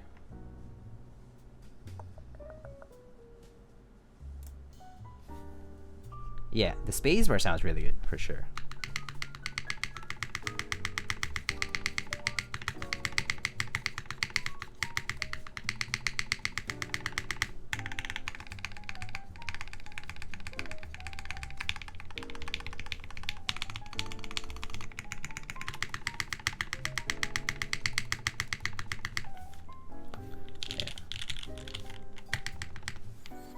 Spacebar is very nice and bouncy. You can feel the bounce on the spacebar. Alright, so, oopsie. This is what the board looks like. Wait, focus, focus. Autofocus. Alright, I think there we go. There's the board. This is GMK Darling on a pink whale. Sorry about that. With some artisans. And has Gateron Inks. Gateron Inks. This is the front of the board. Then this is the side. I like the sides of the whale. Yeah, the sides of the whale look really nice. Much better. Actually, the finish on this whale looks way better than previous rounds. The mismatch, it's not a mismatch. It's actually the reflection of the light at the edge of the seam. Do you notice mismatch? So there's like this. So there's like kind of like tapering on the like right at the seam, but it's not mismatched as far as. Like if I compare like this part and this part here, it's actually like the same. Yeah, but but if you look at how like as I raise this part, that like look at the seam. Focus on the seam as I raise this. You see how like the seam turns darker depending on the angle at which I'm holding the board. So yeah, it's kind of angle dependent. So I like if I look at it straight, I can see like a little bit of like that like gradient or tapering kind of showing up. But if I look at it slightly at an off angle, I don't see the difference. So yeah, so it's definitely the seam. It's probably that the anodizing is more evenly applied at the middle part, but not at the seam, not at the edges so well. But the seam is actually like this is like really flat.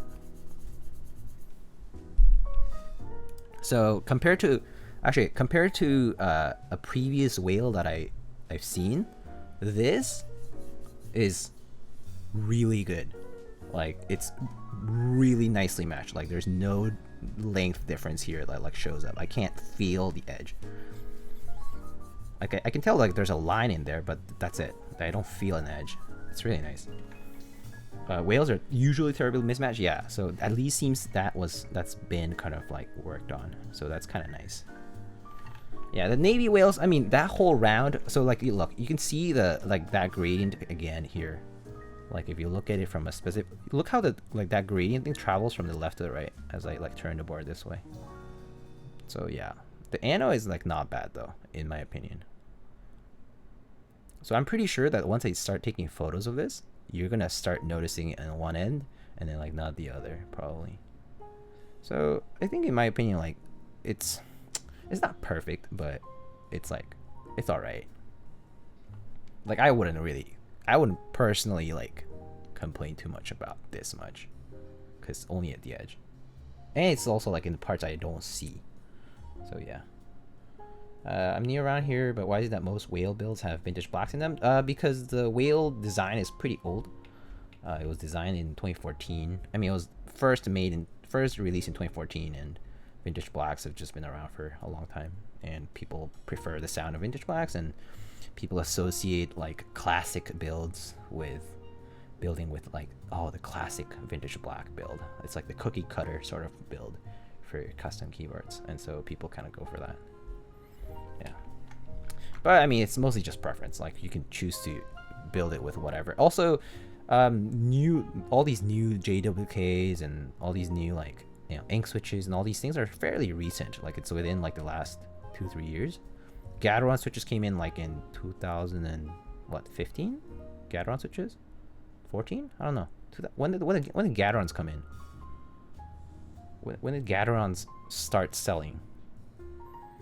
So yeah, the bottom, you can see it's fairly even from the top to the bottom, but depending on how the lighting changes, like okay, like I have a warmer light over here, you can see that there might be some shading because there's also like a shadow here being cast, so that probably isn't fair to the but if you look really closely, you can notice a little bit of streaking, but it's like there's no grain to it really, that I personally am okay with this. The bottom is actually really smooth for what it's worth.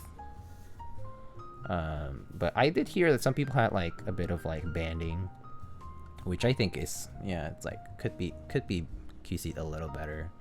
But if it's a part where you don't see it like, or like at least you don't notice like crazy, I think it's okay.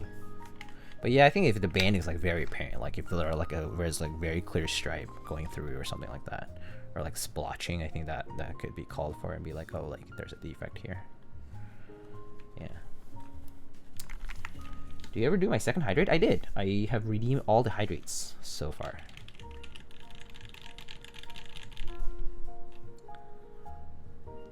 Yeah. So yeah. Overall quality is pretty good though. Like I think it's like better than before. Also, like the edges are not sharp, so you actually would have it would be harder to dent this compared to previous whale iterations. I think the previous ones, the chamfer was not as pronounced and the edges were really sharp, so people tended to like chip off the ano and dent it and stuff. Yeah.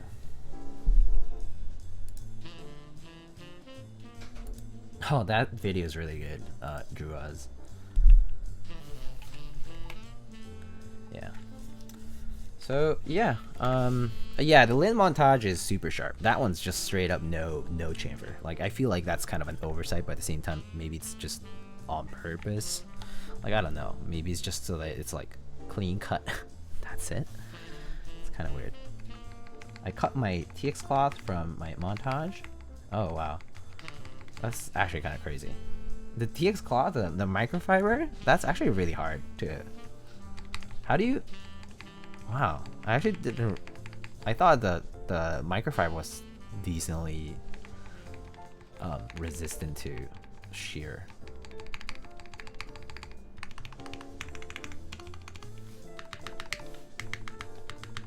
Yeah, spacebar on this is pretty good. Hold up, let me take off my.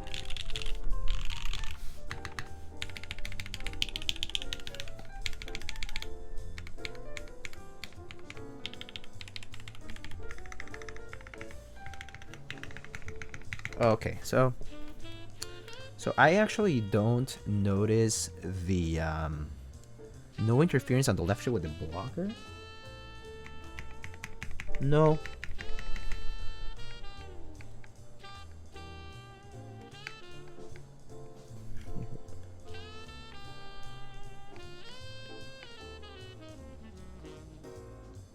No interference with the blocker.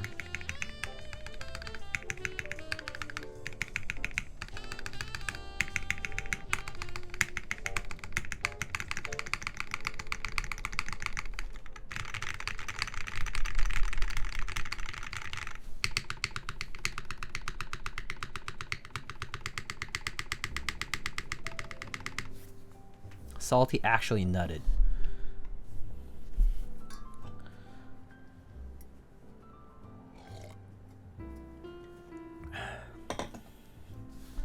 Spacebar is really nice. It's really bouncy on the spacebar. Like I can feel a bounce back. It's pretty nice. I think that's the nicest part of the board. Pops like crazy, yeah. So I actually took my IEMs off because so I have a monitor going to my IEMs, and I think the echoing is much more exacerbated. Although I think not the echoing, but like the hollowness is much more noticeable if I press here. This key has a really noticeable like hollow sound to it, but the rest don't. Like this one doesn't. This one does, but for some reason this key does, but the rest don't. And I think maybe the left arrow a little more than the others, but it probably has to do with the mounting points. I actually don't notice it in any of the bottom row keycaps.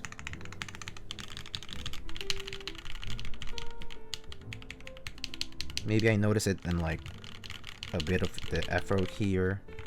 Don't really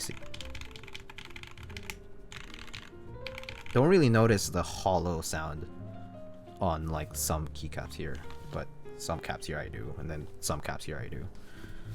Compared to Quickfire Rapid, we can type on the Quickfire Rapid if you guys want me to demonstrate that one. Can you compare to TK1? Sure.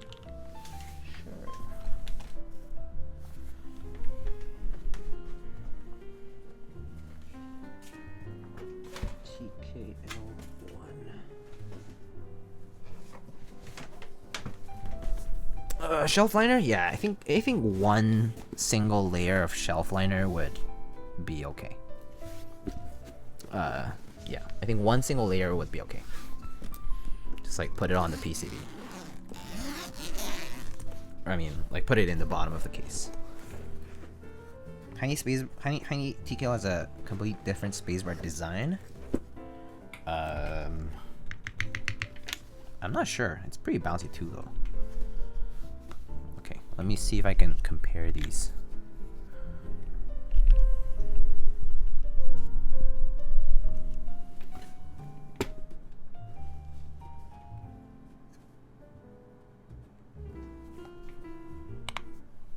Alright, so you guys will hear a comparison of these guys.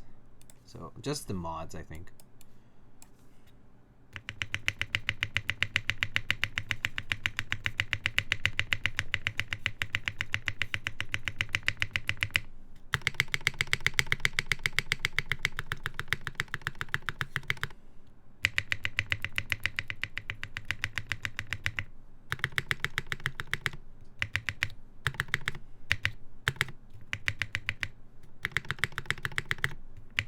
Yeah, TKL1 actually sounds a little stiffer.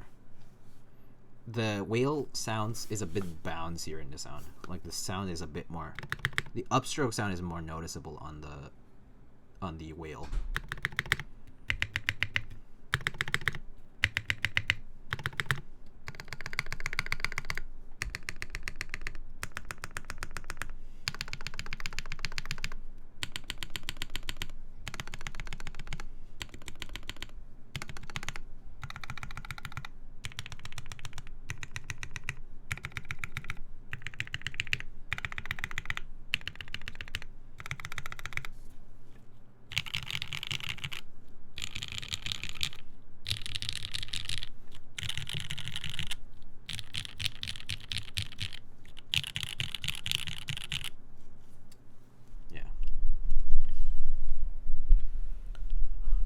So I think the TKL1 has a bit more of a thud sort of sound, kind of creamier in the alpha segment, and a bit less noticeable on the upstroke for the spacebar, for example. So the whale is a bit bouncier, I would say.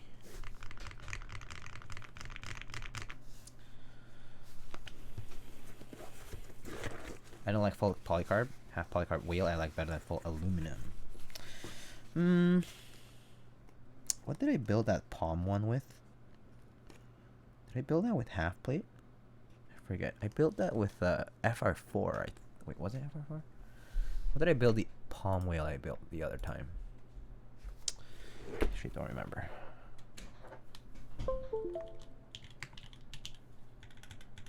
I built the palm whale that time with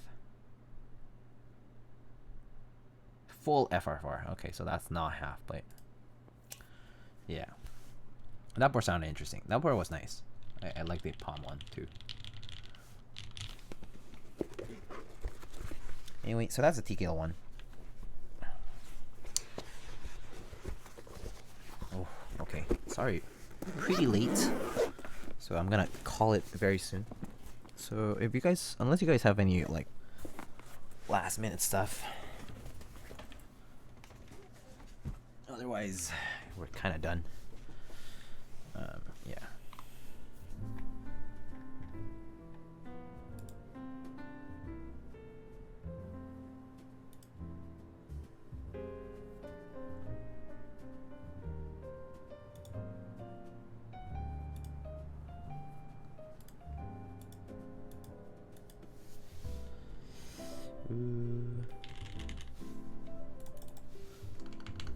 Shall we rate him? Well, we could.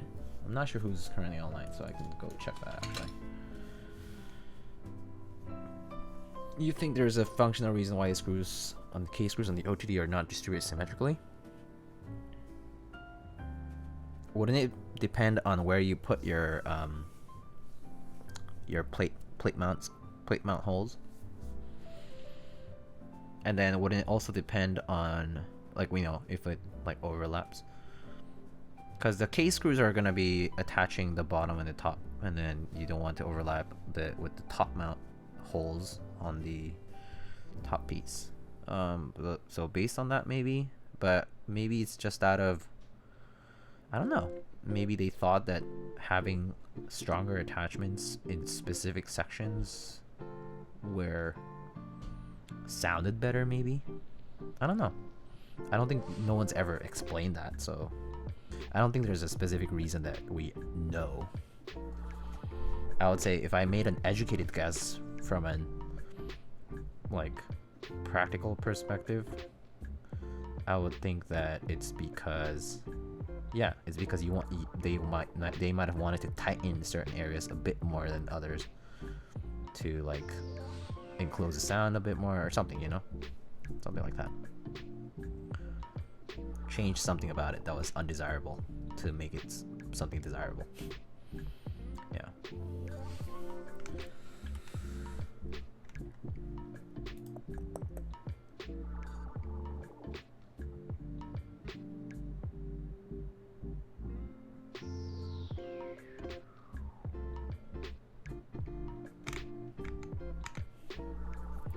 Sounds logical enough?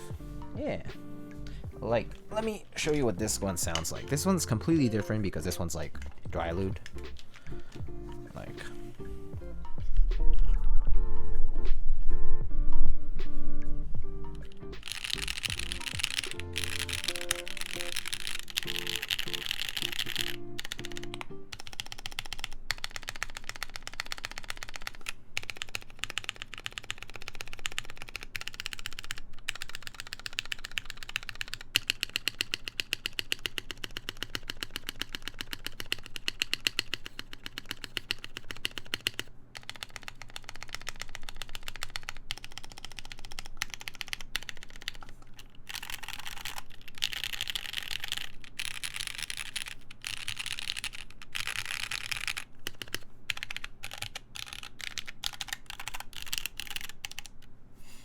how does dry lube apply, though it is like powder? In the case of RO59, you actually, it's a concentrate mixed with diluted in water. So it's actually water and the PTFE in it diluted. So RO59, you actually put multiple coats. Yeah. Sounds so nice, dry lube? It sounds different. Which is why I decided to keep it like the switches as such. Because the switches are smooth, but it's very... Look at this angle. Look at this boy. Chunkiness. Chunk master. Yeah, sharp. It is slightly chamfered though. So it's actually not... Like, it's not montage sharp. Yeah. And these are the weights.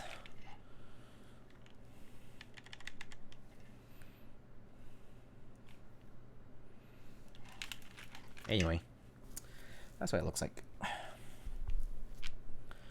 Oh yeah, I think I wanted to show you guys a space bar maybe. Is it the...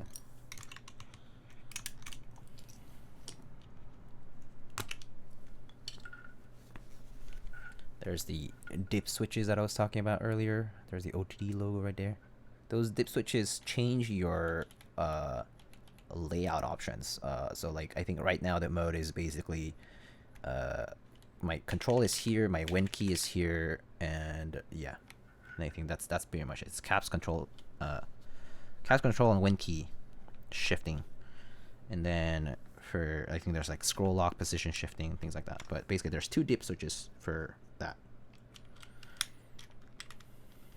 MX linear gray? Yeah, MX linear gray. It's also, I mean, these are not heavy though. These are not heavy.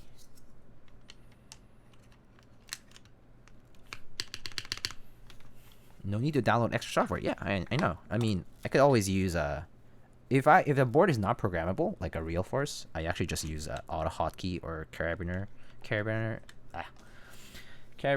elements, like, you know, the Mac one. Whatever, however you say that, I struggle with that. But anyway, you probably kill someone with a corner. Yeah. All right. Let's see if we are gonna loop some. Rate someone. Let's see. Who are we rating tonight?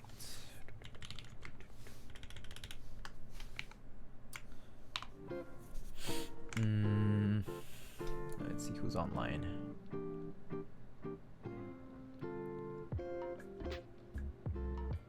Team Keyless.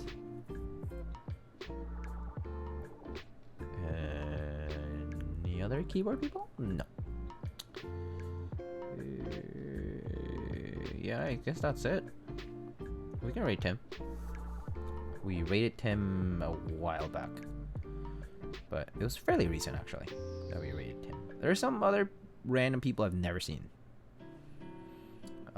Tofu 60 Degen modding keyboard part 1. Okay. Some Gunpla. Build K half-plate PC Alpaca by Sleepy 2304. But they're not. That doesn't look like a K. But okay, whatever. Time for karaoke session. Mac allows you to assign your mods different functions natively. Yeah. I know that it supports it natively now, right? So yeah, I knew that. Yeah. So, but for a while I used to use Carabiner for the switching. Clickbait title, yeah, kind of clickbaity, because they're clearly soldering or dealing with TKL, but that's not okay. That's not a 60%. I have a question about 1.2G after you end. Sounds good. Yeah, PM me now. Might as well.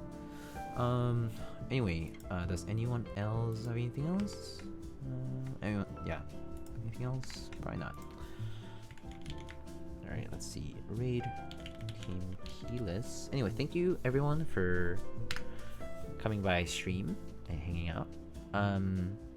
Next stream is most likely going to be SAT75 V2 prototype with the Lavender Switches, the new Lavender Switches by Keycaps, which are a full nylon switch with palm stem. My first keyboard with a knob. We'll see. We'll find out if I like it. I mean, I like the 75% in general, but yeah, again, knob, I'm not sure how much I'll would use it. But yeah, we'll see about that. It comes with a new version PCB, a bit different from the old one, and then after the V2 SAT75, we'll have the Kara review samples, probably on Friday or the weekend. I'm not sure which day specifically, but that's gonna be closer to the weekend. Okay, well that's all I have for tonight. Yeah. Alright friends, I'll probably see you guys in the middle of the week and then towards the end or the weekend. I hope you all have a great week. Take care of yourselves. Have a great night. And I'll see you later. Let's go read Mr. Tim Keyless. Let's go.